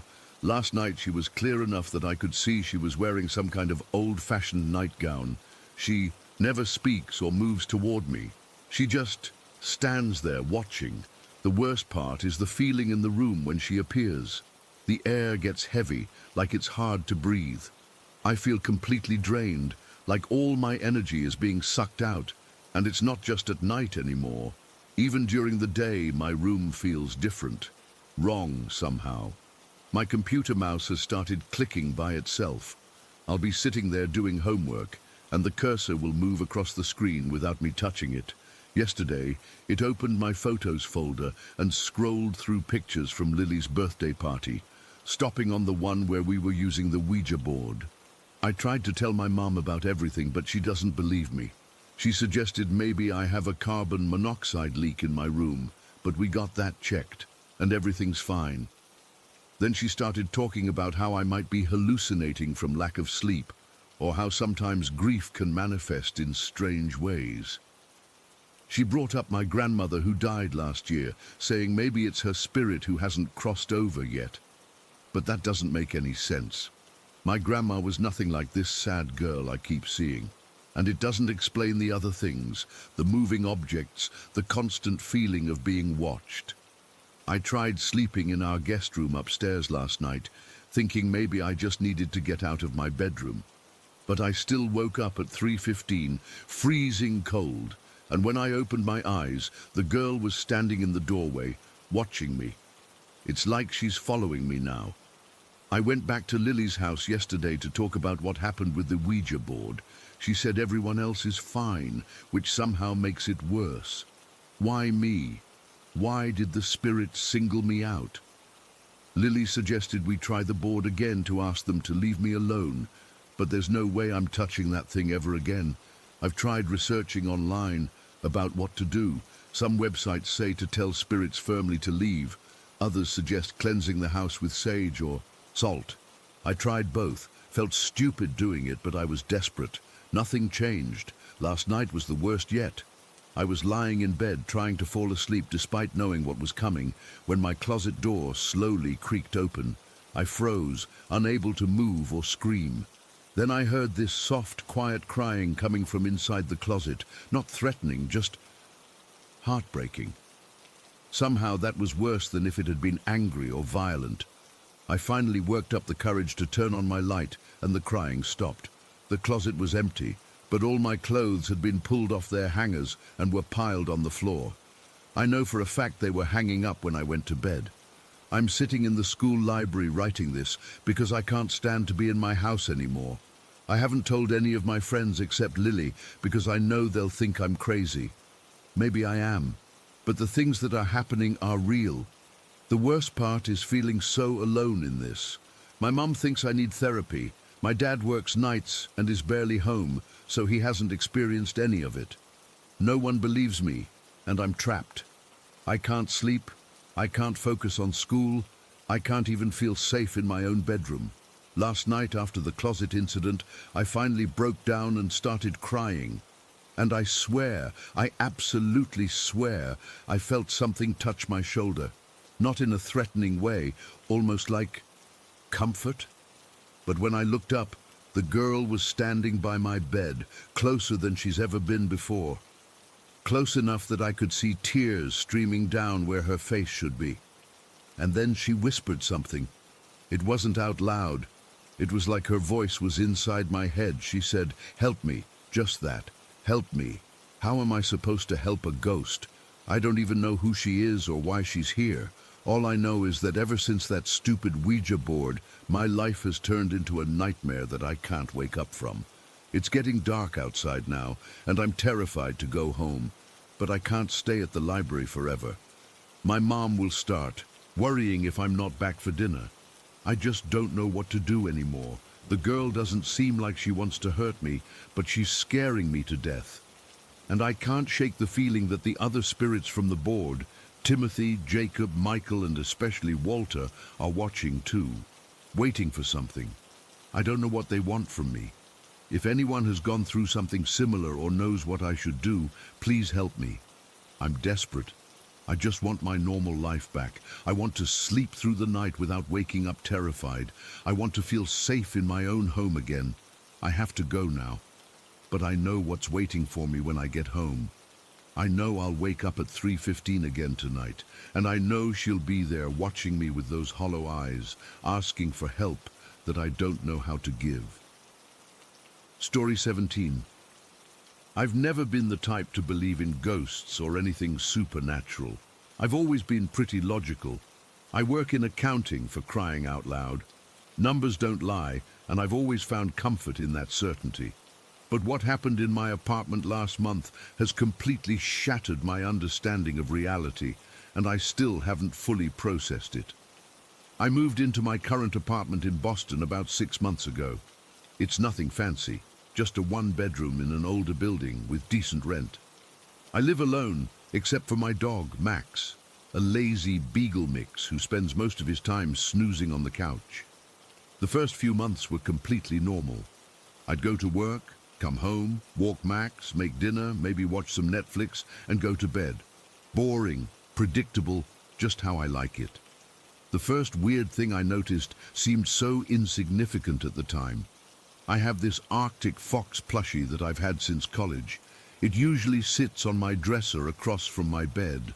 One day, I came home from work and found it in the middle of my bed.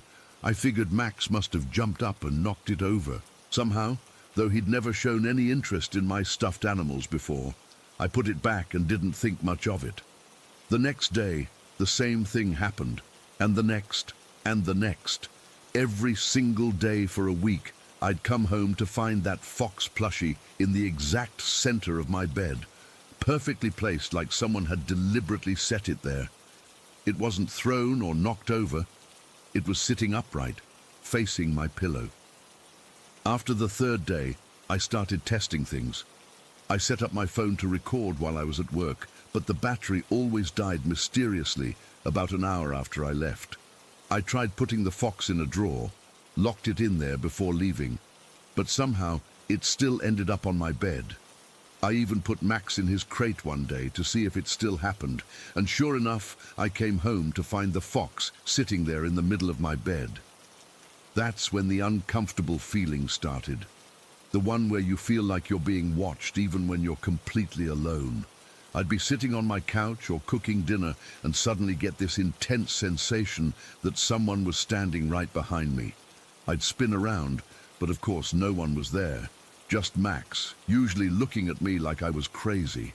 Then the spider sensation started. I was lying in bed one night, scrolling through my phone before sleep, when I felt something tiny crawling on my arm. I immediately slapped at it and turned on my bedside lamp, but there was nothing there. No spider, no bug of any kind. I checked my sheets, looked under my pillow, even got out of bed to check the floor and walls. Nothing. I convinced myself it was just my imagination and went back to bed. But it happened again the next night, and the night after that. Each time I'd feel the distinctive sensation of something with multiple legs crawling across my exposed skin, my arm, my neck, my leg. It felt so real, so physical that I'd actually see the hairs on my arm move as this invisible thing passed over them. Yet every time I checked, there was absolutely nothing there. By this point I was barely sleeping. I'd lie in bed with all the lights on, waiting to feel that awful crawling sensation. I even called an exterminator who found no evidence of any kind of insect infestation. He looked at me with pity when I tried to explain what I was experiencing, clearly thinking I was just an anxious woman with an overactive imagination. Then came the shadow. I've gotten into the habit of listening to horror story narrations on YouTube to fall asleep.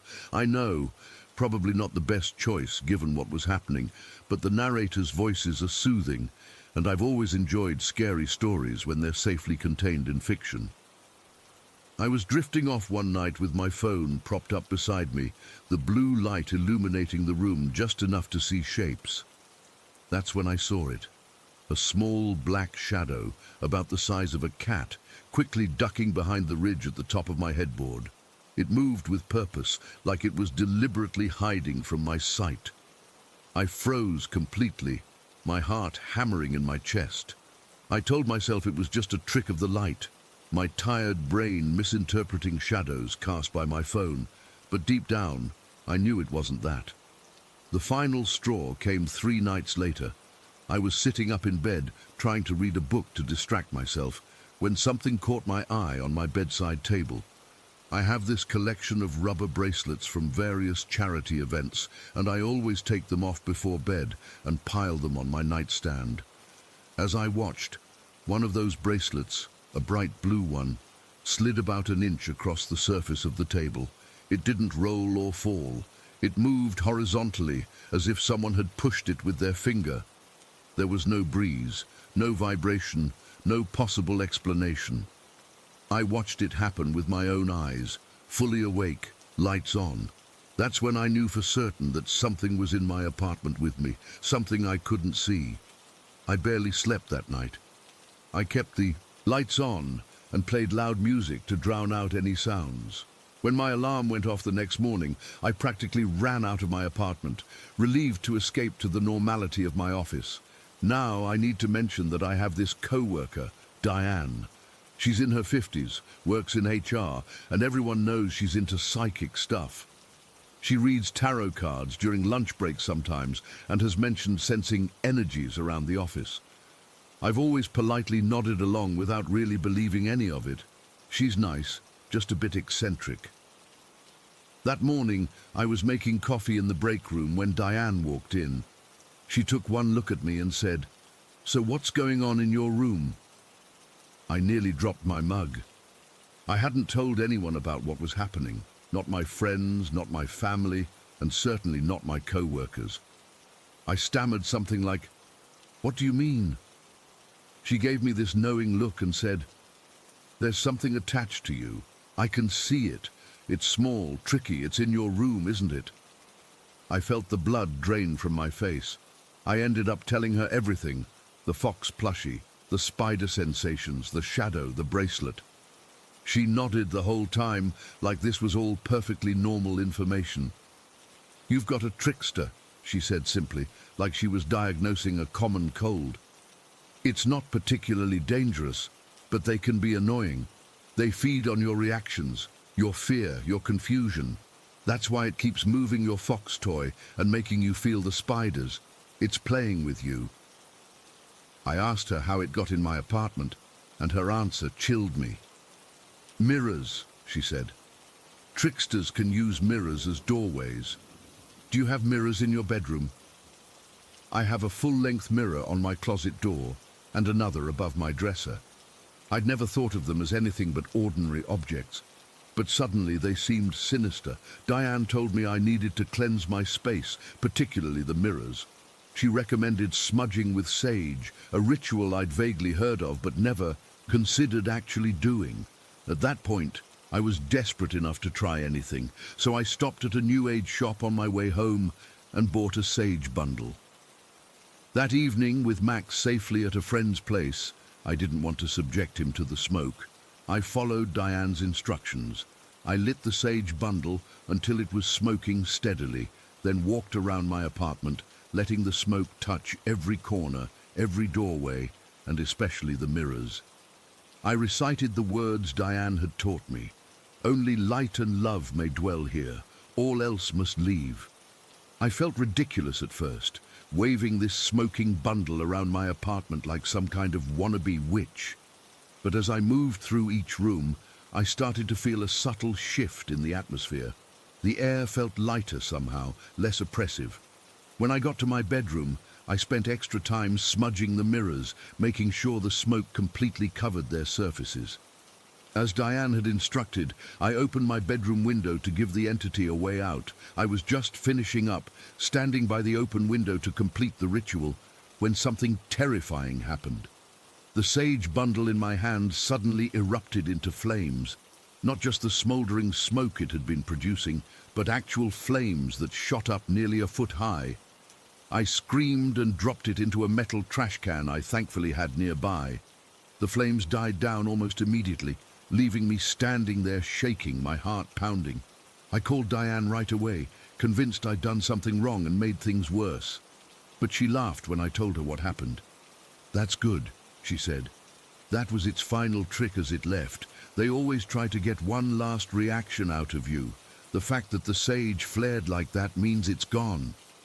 I wasn't fully convinced, but that night, for the first time in weeks, I slept soundly. No fox plushie moving, no phantom spiders, no shadows ducking behind my headboard. The oppressive feeling of being watched was gone. Out of curiosity, I started researching trickster spirits after that.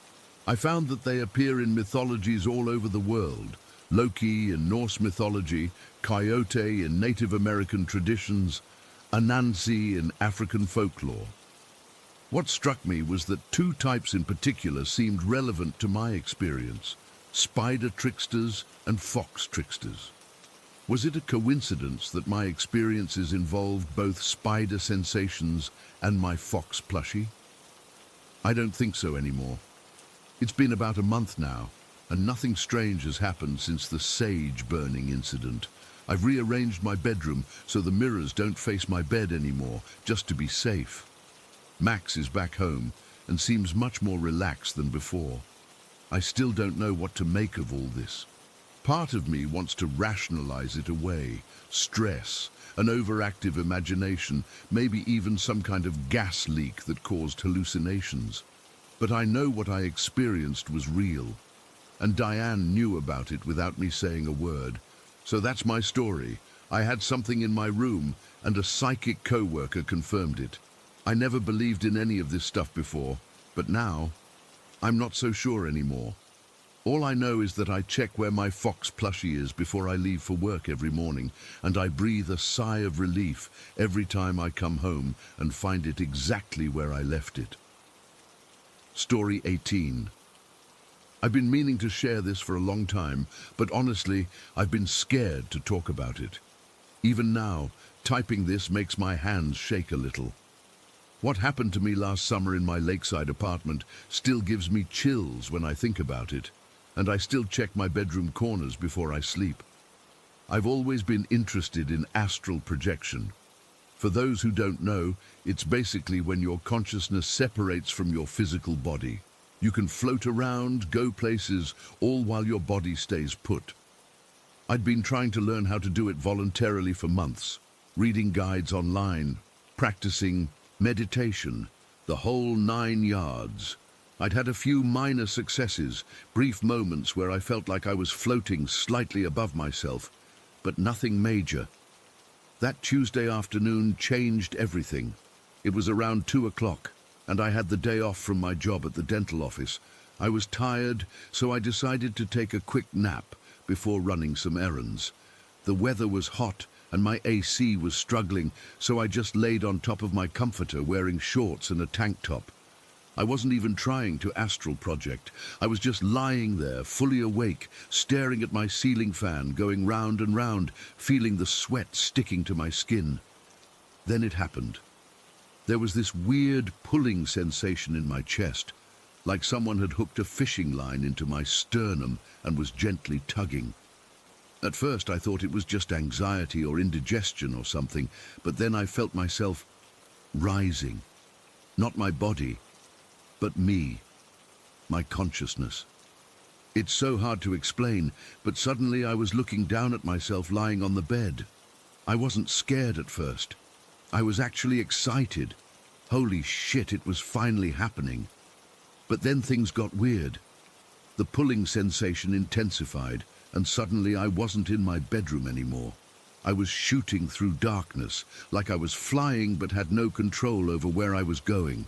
I couldn't see my body or my hands or anything, just this sense that I was being pulled somewhere specific. When things finally slowed down, I found myself hovering above a dark, wooded road. It was nowhere I recognized. Tall pine trees lined both sides, and the asphalt looked wet like it had just rained. The sky was this deep twilight blue, not quite night, but definitely not daytime either. There were no streetlights, no houses, no cars. Just this empty road cutting through dense forest. I could feel someone or something else there with me. Not physically next to me, but like whatever had been pulling me along was still holding the other end of that invisible line. I remember feeling surprisingly calm despite how freaking weird this all was. I said, or thought I guess, since I didn't have a physical mouth, "Please give me control." Just like that. Simple and direct. To my surprise, I felt myself gently lowered until I was standing on the road. The asphalt felt real under my feet, which was bizarre because I knew my actual feet were back in my apartment. But I could feel the slight dampness and the texture. I looked down and saw I was still wearing my tank top and shorts, which seemed wrong somehow. Shouldn't I be in some kind of spiritual form? I took a few tentative steps down the road, testing my new freedom. The forest was completely silent, no birds, no insects, No wind rustling the trees, just absolute stillness. I remember thinking I should explore, try to figure out where I was and why I'd been brought there. But the moment I had that thought, there was another pull, much stronger this time. Everything blurred and I was rushing through darkness again. This time it lasted only seconds before I found myself back in my apartment. But I wasn't back in my body. I was standing beside my bed, looking down at myself still lying there, motionless. My face looked peaceful, like I was just napping. My chest was rising and falling normally. And that's when I saw him. There was a man standing on the other side of my bed, looking down at my sleeping body. He was completely bald, with unnaturally white skin, not albino, but like a white sheet of paper. He was wearing blue hospital scrubs, the kind nurses wear. He was just watching me sleep with this intense concentration, like a scientist observing an experiment. Pure fear shot through me. This wasn't part of astral projection. This wasn't normal. There was a fucking stranger in my apartment standing over my defenseless body. "What the fuck?" I shouted, or at least I tried to shout.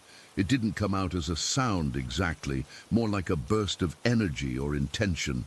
The man's head snapped up, looking directly at where I was floating. His eyes widened in genuine shock. That's what still haunts me. He was surprised I could see him, like he wasn't expecting me to be aware of his presence at all. I was terrified but also furious. This was my home, my body. "Get the fuck away from me," I projected at him. "Get out of my apartment now." His reaction was weird. He didn't look threatening or angry. He looked almost pathetic, like a kid caught stealing cookies. He raised his hands in a surrendering gesture, palms out. Then he actually bowed, like he was apologizing. That's when I saw the most disturbing thing of all. As he bent forward in that bow, the space where the top half of his body moved through didn't look right. It was like a shadow, but deeper, a blackness that didn't belong in my sunlit bedroom. It was like parts of him weren't fully in our reality or something. He straightened up and started walking toward my bedroom door. I noticed he didn't make any sound as he walked. No footsteps. He just glided silently across my carpet.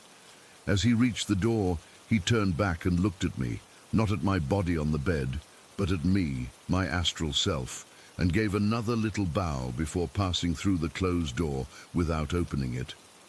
I realized then that I needed to get back into my body immediately. I'd read enough about astral projection to know that staying out too long could be dangerous, especially with whatever the hell this was happening. I moved to the bed and sort of laid down on top of my physical self. Usually, in my limited experience, this part had been difficult, but this time I slipped back in easily, like my body was eager to reconnect.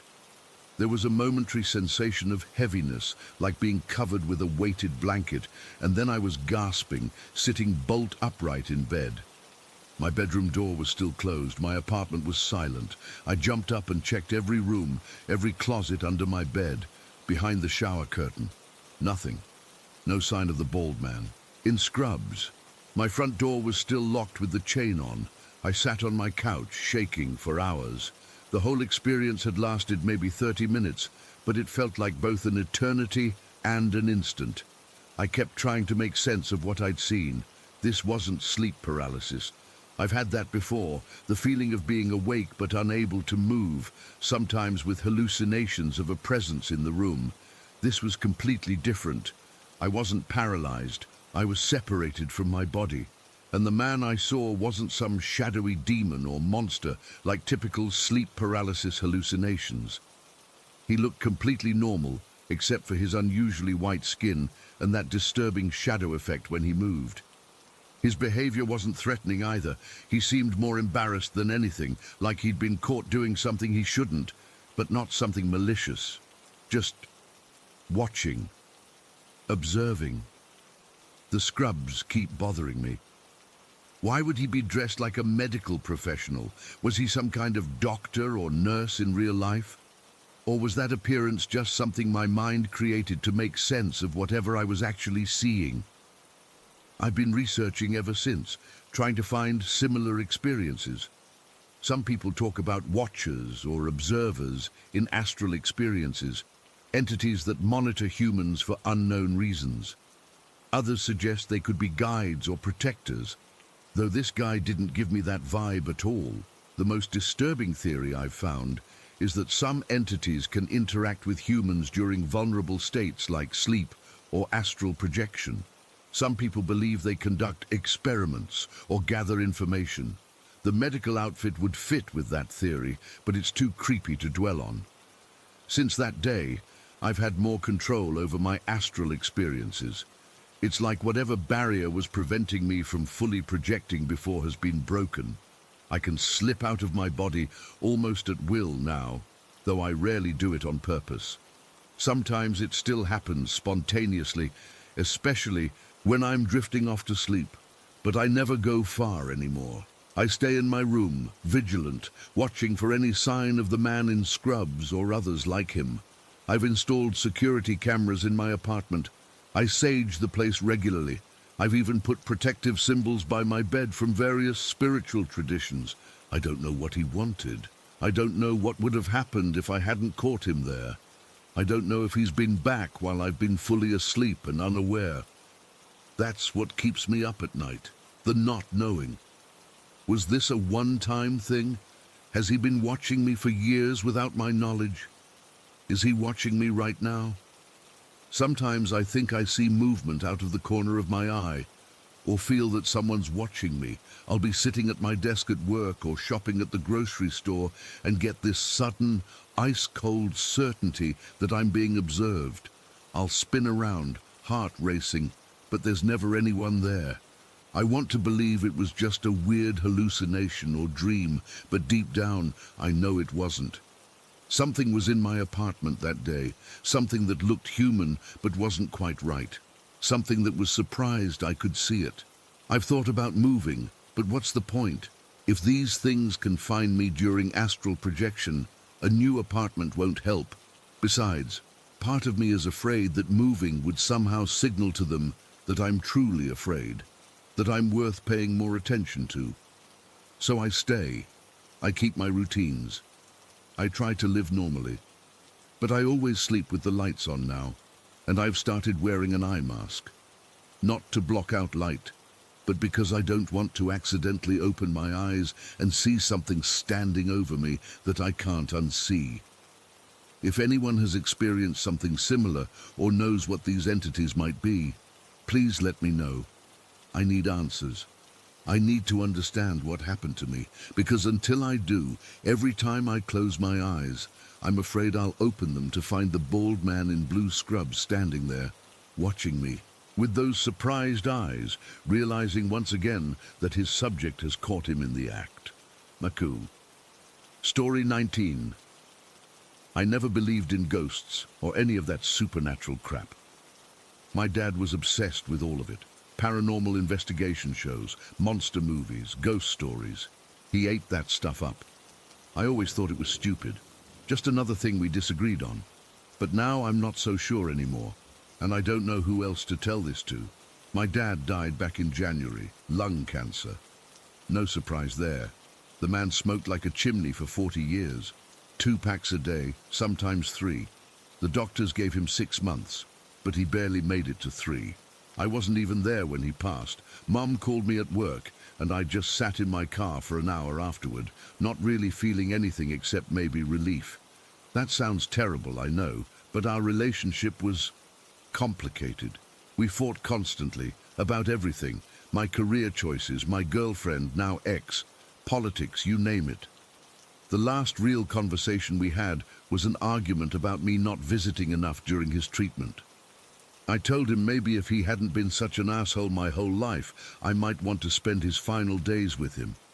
Not my proudest moment, but there it is. I never got to apologize. Not that I'm sure I would have anyway. We got his ashes back in February. Mum wanted to keep them at home in this wooden box with his name engraved on it. She put it on the mantel in the living room with a picture of him from when they got married. Young, smiling, before he became the bitter man I knew. I moved back in with her after the funeral. The rent on my apartment was killing me, and she seemed to need the company. Plus, I figured I owed her that much. It started about 3 weeks after I moved back in. I was lying in bed, scrolling through my phone before going to sleep, when I smelled it. Cigarette smoke. Not just a hint, but that thick, heavy stench that used to cling to everything in our house. The kind that seeps into the walls and furniture. It was so strong I actually sat up and looked around the room, thinking maybe Mum had started smoking or something. But there was nothing. No cigarette, no source for the smell at all. I got up and checked the hallway, thinking maybe it was coming from outside. But the hall was clear. When I came back to my room, the smell was even stronger. It felt like I was sitting next to someone who'd just lit up. I had to pinch my nose and breathe through my mouth. I opened the window, thinking maybe it would help clear the air, but it didn't make any difference. After about 20 minutes, I couldn't take it anymore. My eyes were watering, and I was getting a headache.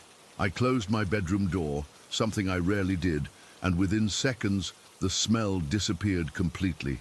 Just gone. Like someone had flipped a switch. I figured it must be some weird draft in the house pulling in smoke from a neighbor or something. Our neighbor 2 doors down smokes on his porch sometimes. Maybe the wind was just right. I didn't think much more about it until it happened again the next night. And the night after that, always around 11:30 at night, always insanely strong, and always disappearing when I closed my door. After a week of this, I casually mentioned it to Mom over breakfast. I suggested maybe there was some residual smoke in the vents or walls from when Dad used to smoke in the house. She looked at me with this strange expression and said, "I haven't smelled anything like that." I pressed her a bit, asking if she'd noticed any cigarette smell at night, especially around my room. She shook her head, took a sip of her coffee, and then said something that made my skin crawl. "Maybe it's your father visiting you." She said it with a little smile, like it was meant to be comforting, but all I could think about was how much my dad and I couldn't stand each other. Why would he visit me of all people? I laughed it off, but that night when the smell came back, I couldn't shake the thought. The timing seemed deliberate somehow. Always when I was settling in for the night, always when I was alone, and it was getting stronger. Some nights it was so bad I had to get up and leave the room until it passed. About a month after it started, I decided to experiment. I waited until the smell appeared, then spoke out loud to the empty room. "Dad, if that's you, can you give me a sign?" Nothing happened, of course. I felt stupid even trying, but the smell got noticeably stronger to the point where I started coughing. I had to leave the room for almost an hour that night. The following evening, I tried a different approach. When the smell started, I said, "If you're trying to annoy me, it's working, just like when you were alive." The smoke smell became so intense, I thought I might vomit. My eyes burned, my throat felt raw, and there was this pressure in the room, like when the air gets heavy before a storm. I scrambled to the door, slammed it shut, and slept on the couch downstairs. Mom found me there in the morning and asked what happened. I couldn't tell her the truth, that I was hiding from my dead father's ghost smoke, so I made up something about my mattress hurting my back. She suggested I take Dad's old room since his bed was newer. The thought of sleeping in his room made my stomach turn, but I agreed just to end the conversation. That night, I reluctantly moved into his room, half expecting the smell to be even worse there. But nothing happened. Not a trace of smoke. I slept better that night than I had in weeks. The next day, I went back to my room to grab some clothes, and as soon as I opened the door, I was hit with that wall of smoke smell. In the middle of the day. That had never happened before. It was always a nighttime thing. I backed out quickly and shut the door. Something about this felt intentional now, like he was trying to keep me out of my own room, and it pissed me off. This was exactly the kind of controlling, manipulative crap he'd pull when he was alive. Even dead, he was finding ways to get under my skin. That evening, I decided to confront whatever this was.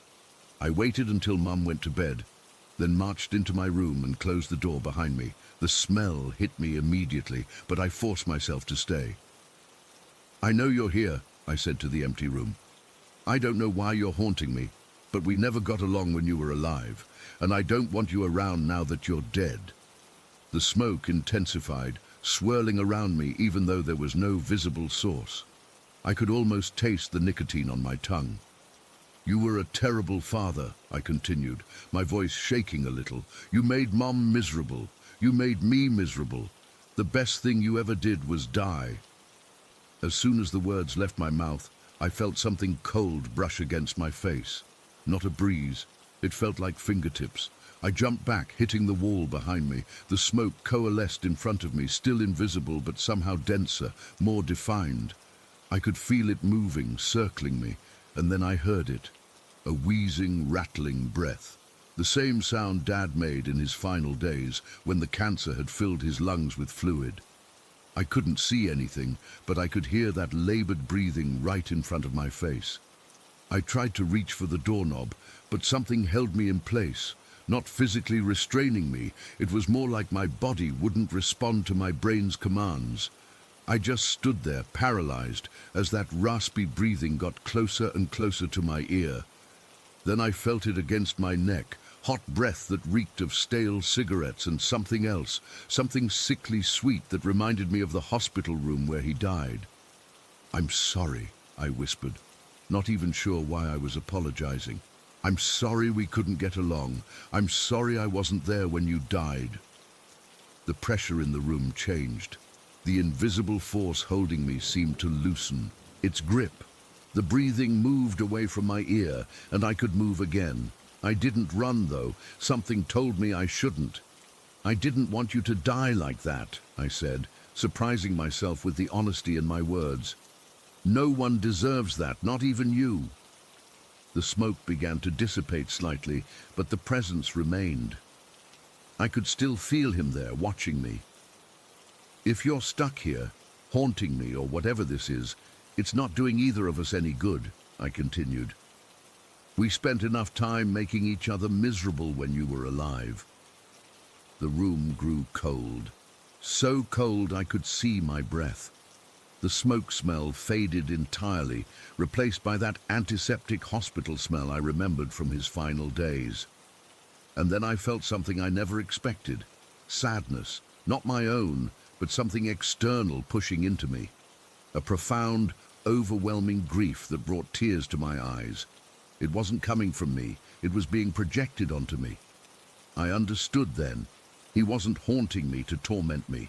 He was stuck, unable to move on, trapped in the same anger and resentment that had defined our relationship. "I forgive you," I said quietly, "for being the way you were. And I hope you can forgive me too." The cold receded almost instantly. The oppressive feeling in the room lifted, and for a moment I thought it was over. Then the smoke smell returned, but different this time. Lighter, like the memory of smoke rather than the overwhelming stench from before. I slept in my own room that night. The smell remained, but it was bearable now. A presence rather than an assault. In the morning, I told Mom what had happened, half expecting her to think I'd lost my mind. Instead, she nodded like she'd been waiting for me to figure it out. "He was always hardest on you because you were the most like him," she said. "Too stubborn to admit when you're wrong, both of you. It's been 2 months now. The smoke smell still comes every night, but it's just a gentle reminder of his presence. Sometimes I talk to him, before I fall asleep, telling him about my day or asking questions I never got to ask when he was alive. There's never any answer, of course, just that lingering scent of cigarettes. I still don't know if I believe in ghosts. Maybe this is all just grief playing tricks on my mind. Maybe the smoke smell is coming from somewhere else, and I've built this whole narrative around it to process my complicated feelings about my father's death. But sometimes, when I'm drifting off to sleep, I swear I can hear the click of his old Zippo lighter and the soft inhale as he takes a drag. And for the first time in my life, I don't mind sharing a space with him. Story 20. I don't usually share this story with people because honestly, most folks just think I'm making it up or trying to get attention. But after keeping it to myself for so long, I feel like I need to put it out there, even if no one believes me. I worked at Fletcher's Hardware in downtown Los Angeles for 10 years, from 2005 to 2015. It wasn't one of those big box stores. Fletcher's was a family-owned place that had been around since 1927. The building itself was this gorgeous old brick structure with wooden floors that creaked with every step and high ceilings with exposed beams, the kind of place that just doesn't exist anymore. Mr. Fletcher, the owner, was the grandson of the original founder. He was in his 70s when I started working there, and he knew everything about hardware you could possibly imagine. The store was his life. He'd open at 7 a.m. sharp every day and stay until closing at 8 p.m. The only person who loved that store more than him was probably whoever was still hanging around after hours. Yeah, that's right. The store was haunted, not in a terrifying Hollywood horror movie way, but in a way that became so normal to me that I sometimes forgot it wasn't a regular part of everyone's work experience. It started about 3 months after I began working there. I was closing up with Mr. Fletcher, sweeping the main aisle while he counted the register. The store was completely empty, just the two of us. I was near the back when I heard someone whisper, "Excuse me."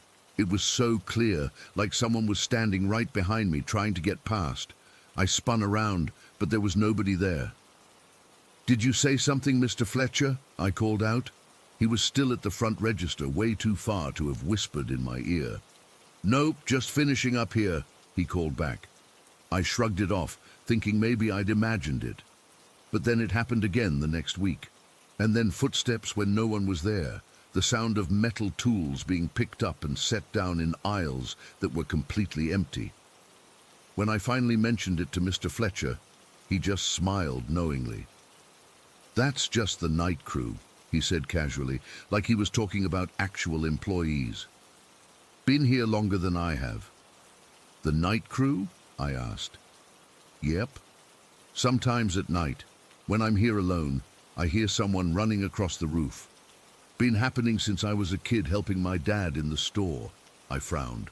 "But there's no access to the roof." Mr. Fletcher just shrugged and went back to what he was doing. That was the extent of our conversation about it, but it was also Mr. Fletcher's way of letting me know that whatever I was experiencing, I wasn't crazy. Over the years, I got used to the little things, the whispers, the footsteps, the feeling of being watched when I was stocking shelves alone in the back corner.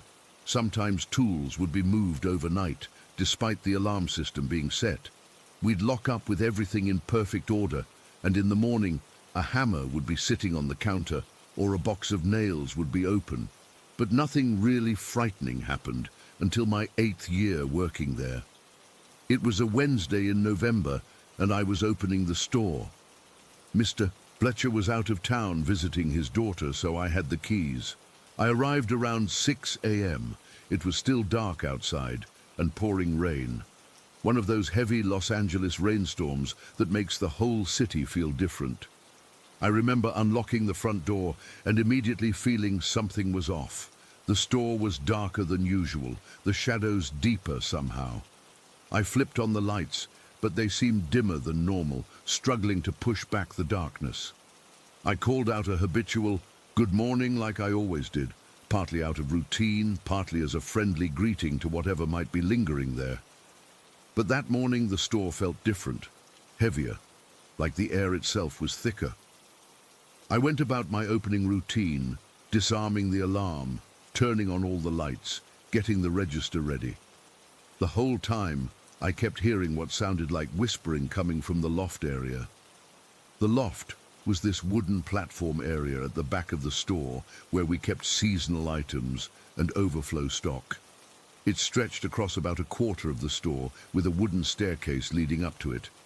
The whispering sounded like one side of a conversation, like someone was talking to another person, but I couldn't hear the responses. I tried to ignore it, telling myself it was just the rain on the roof or the old building settling. Then I heard what sounded like footsteps overhead, walking back and forth across the loft. Heavy, deliberate steps. I froze, standing in the middle of the paint aisle, listening. The footsteps continued, crossing from one side of the loft to the other, stopping, then crossing back again. "Hello," I called out. "Is someone there?" The footsteps stopped. Complete silence followed. Not even the sound of the rain seemed to penetrate anymore. The hair on my arms stood up.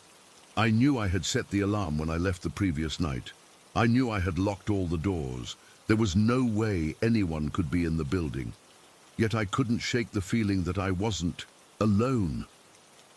I forced myself to walk toward the back of the store, toward the loft. Every step I took made the wooden floor creak beneath me, announcing my approach. As I got closer, I could hear the whispering again, but now it was clearer. It sounded like a man's voice, deep and slightly raspy, having a one-sided conversation. "Need to finish before they get here." "No, that won't work. Have to find the right piece." I stopped at the bottom of the loft stairs, my heart hammering in my chest. I should have been terrified, should have run out of that store and never looked back. But somehow, curiosity pushed me forward. 10 years of working in that place, of experiencing the little oddities, had made me more curious than afraid. I called out again, louder this time. "Who's there? The store isn't open yet." The whispering stopped abruptly. Then, the footsteps again, moving toward the edge of the loft. I looked up, and that's when I saw him. A man stood at the railing of the loft, looking down at me. He was about 5'10", with a full beard and wearing what looked like old work clothes.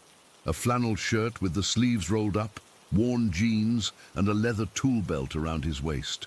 He appeared to be in his 50s, with deep creases around his eyes and a weathered face. But what struck me most was how solid he looked, not transparent or ghostly like you'd expect. If I hadn't known better, I would have thought he was just another customer who had somehow gotten locked in overnight. We stared at each other for what felt like an eternity. His eyes, pale blue and intense, locked with mine. He didn't speak, didn't move, just stood there looking at me with an expression I couldn't read. Was it confusion, curiosity, recognition? I couldn't tell. 15 minutes. That's how long we stood there, looking at each other in complete silence. I know because I checked my watch when it started, and again when it ended. 15 minutes of the most intense, surreal experience of my life. Then, without a word, he turned and walked toward the back of the loft, disappearing behind some boxes. I rushed up the stairs, my legs shaking with each step. When I reached the top, I looked around frantically, checking behind every box and shelf. But he was gone, completely vanished. I searched the entire store, every corner, every possible hiding place. Nothing. The alarm had been set all night. No windows were broken, no doors had been forced. There was absolutely no way a physical person could have been in that store, let alone disappeared into thin air. When Mr. Fletcher returned the next day, I told him what happened.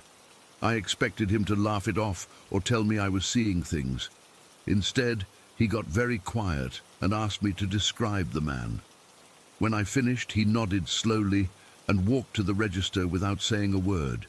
He pulled out an old photo album from under the counter, something I'd never seen before, and flipped through it until he found what he was looking for. "Was this him?" he asked, sliding the album toward me. The photo was old, black and white, showing 3 men standing in front of the store. The date at the bottom read June 1934, and there he was, the same man I'd seen in the loft, standing on the right. Same build, same beard, same intense eyes. "That's George Wilkins," Mr. Fletcher said quietly. "He was my grandfather's business partner when they first opened the store. The story goes that he was working late one night in 1936, up in what's now the loft, when he fell and broke his neck. died instantly. My grandfather found him the next morning. I felt a cold chill run down my spine. Why didn't you ever mention him before? Mr. Fletcher shrugged. Never thought it mattered. He's never bothered anyone. Just goes about his business, checking inventory, organizing things. That's why tools move around sometimes. He's still working, even after all these years.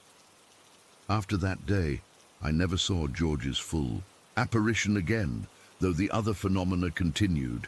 The whispers, the footsteps, the mysteriously relocated items. But knowing who he was changed how I felt about it all. It wasn't scary anymore. It was almost comforting in a strange way, like the store had an extra employee that no one had to pay. I worked at Fletcher's for 2 more years after that incident. Sometimes, when I was closing up alone, I'd call out a good night to George before leaving.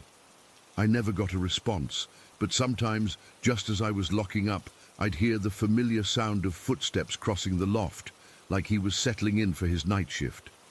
The weirdest part is that I never felt threatened or scared after that day. The presence in the store, George, never felt malevolent. It felt more like he was just continuing the job he loved, in the place he belonged, unable or unwilling to move on. Mr. Fletcher sold the store in 2015, and I moved on to another job. The new owners gutted the place, modernized it, tore out the old wooden floors and the loft. I've always wondered if George is still there, wandering around the renovated space, looking for tools that aren't where they used to be, or if the renovations finally allowed him to move on. I drive by the old building sometimes. It's a trendy clothing boutique now, no trace of Fletcher's hardware left. But every time I pass by, I can't help but glance up at where the loft used to be, wondering if George is still there, taking inventory of fashion items instead of hardware, still running across a roof that no one can access.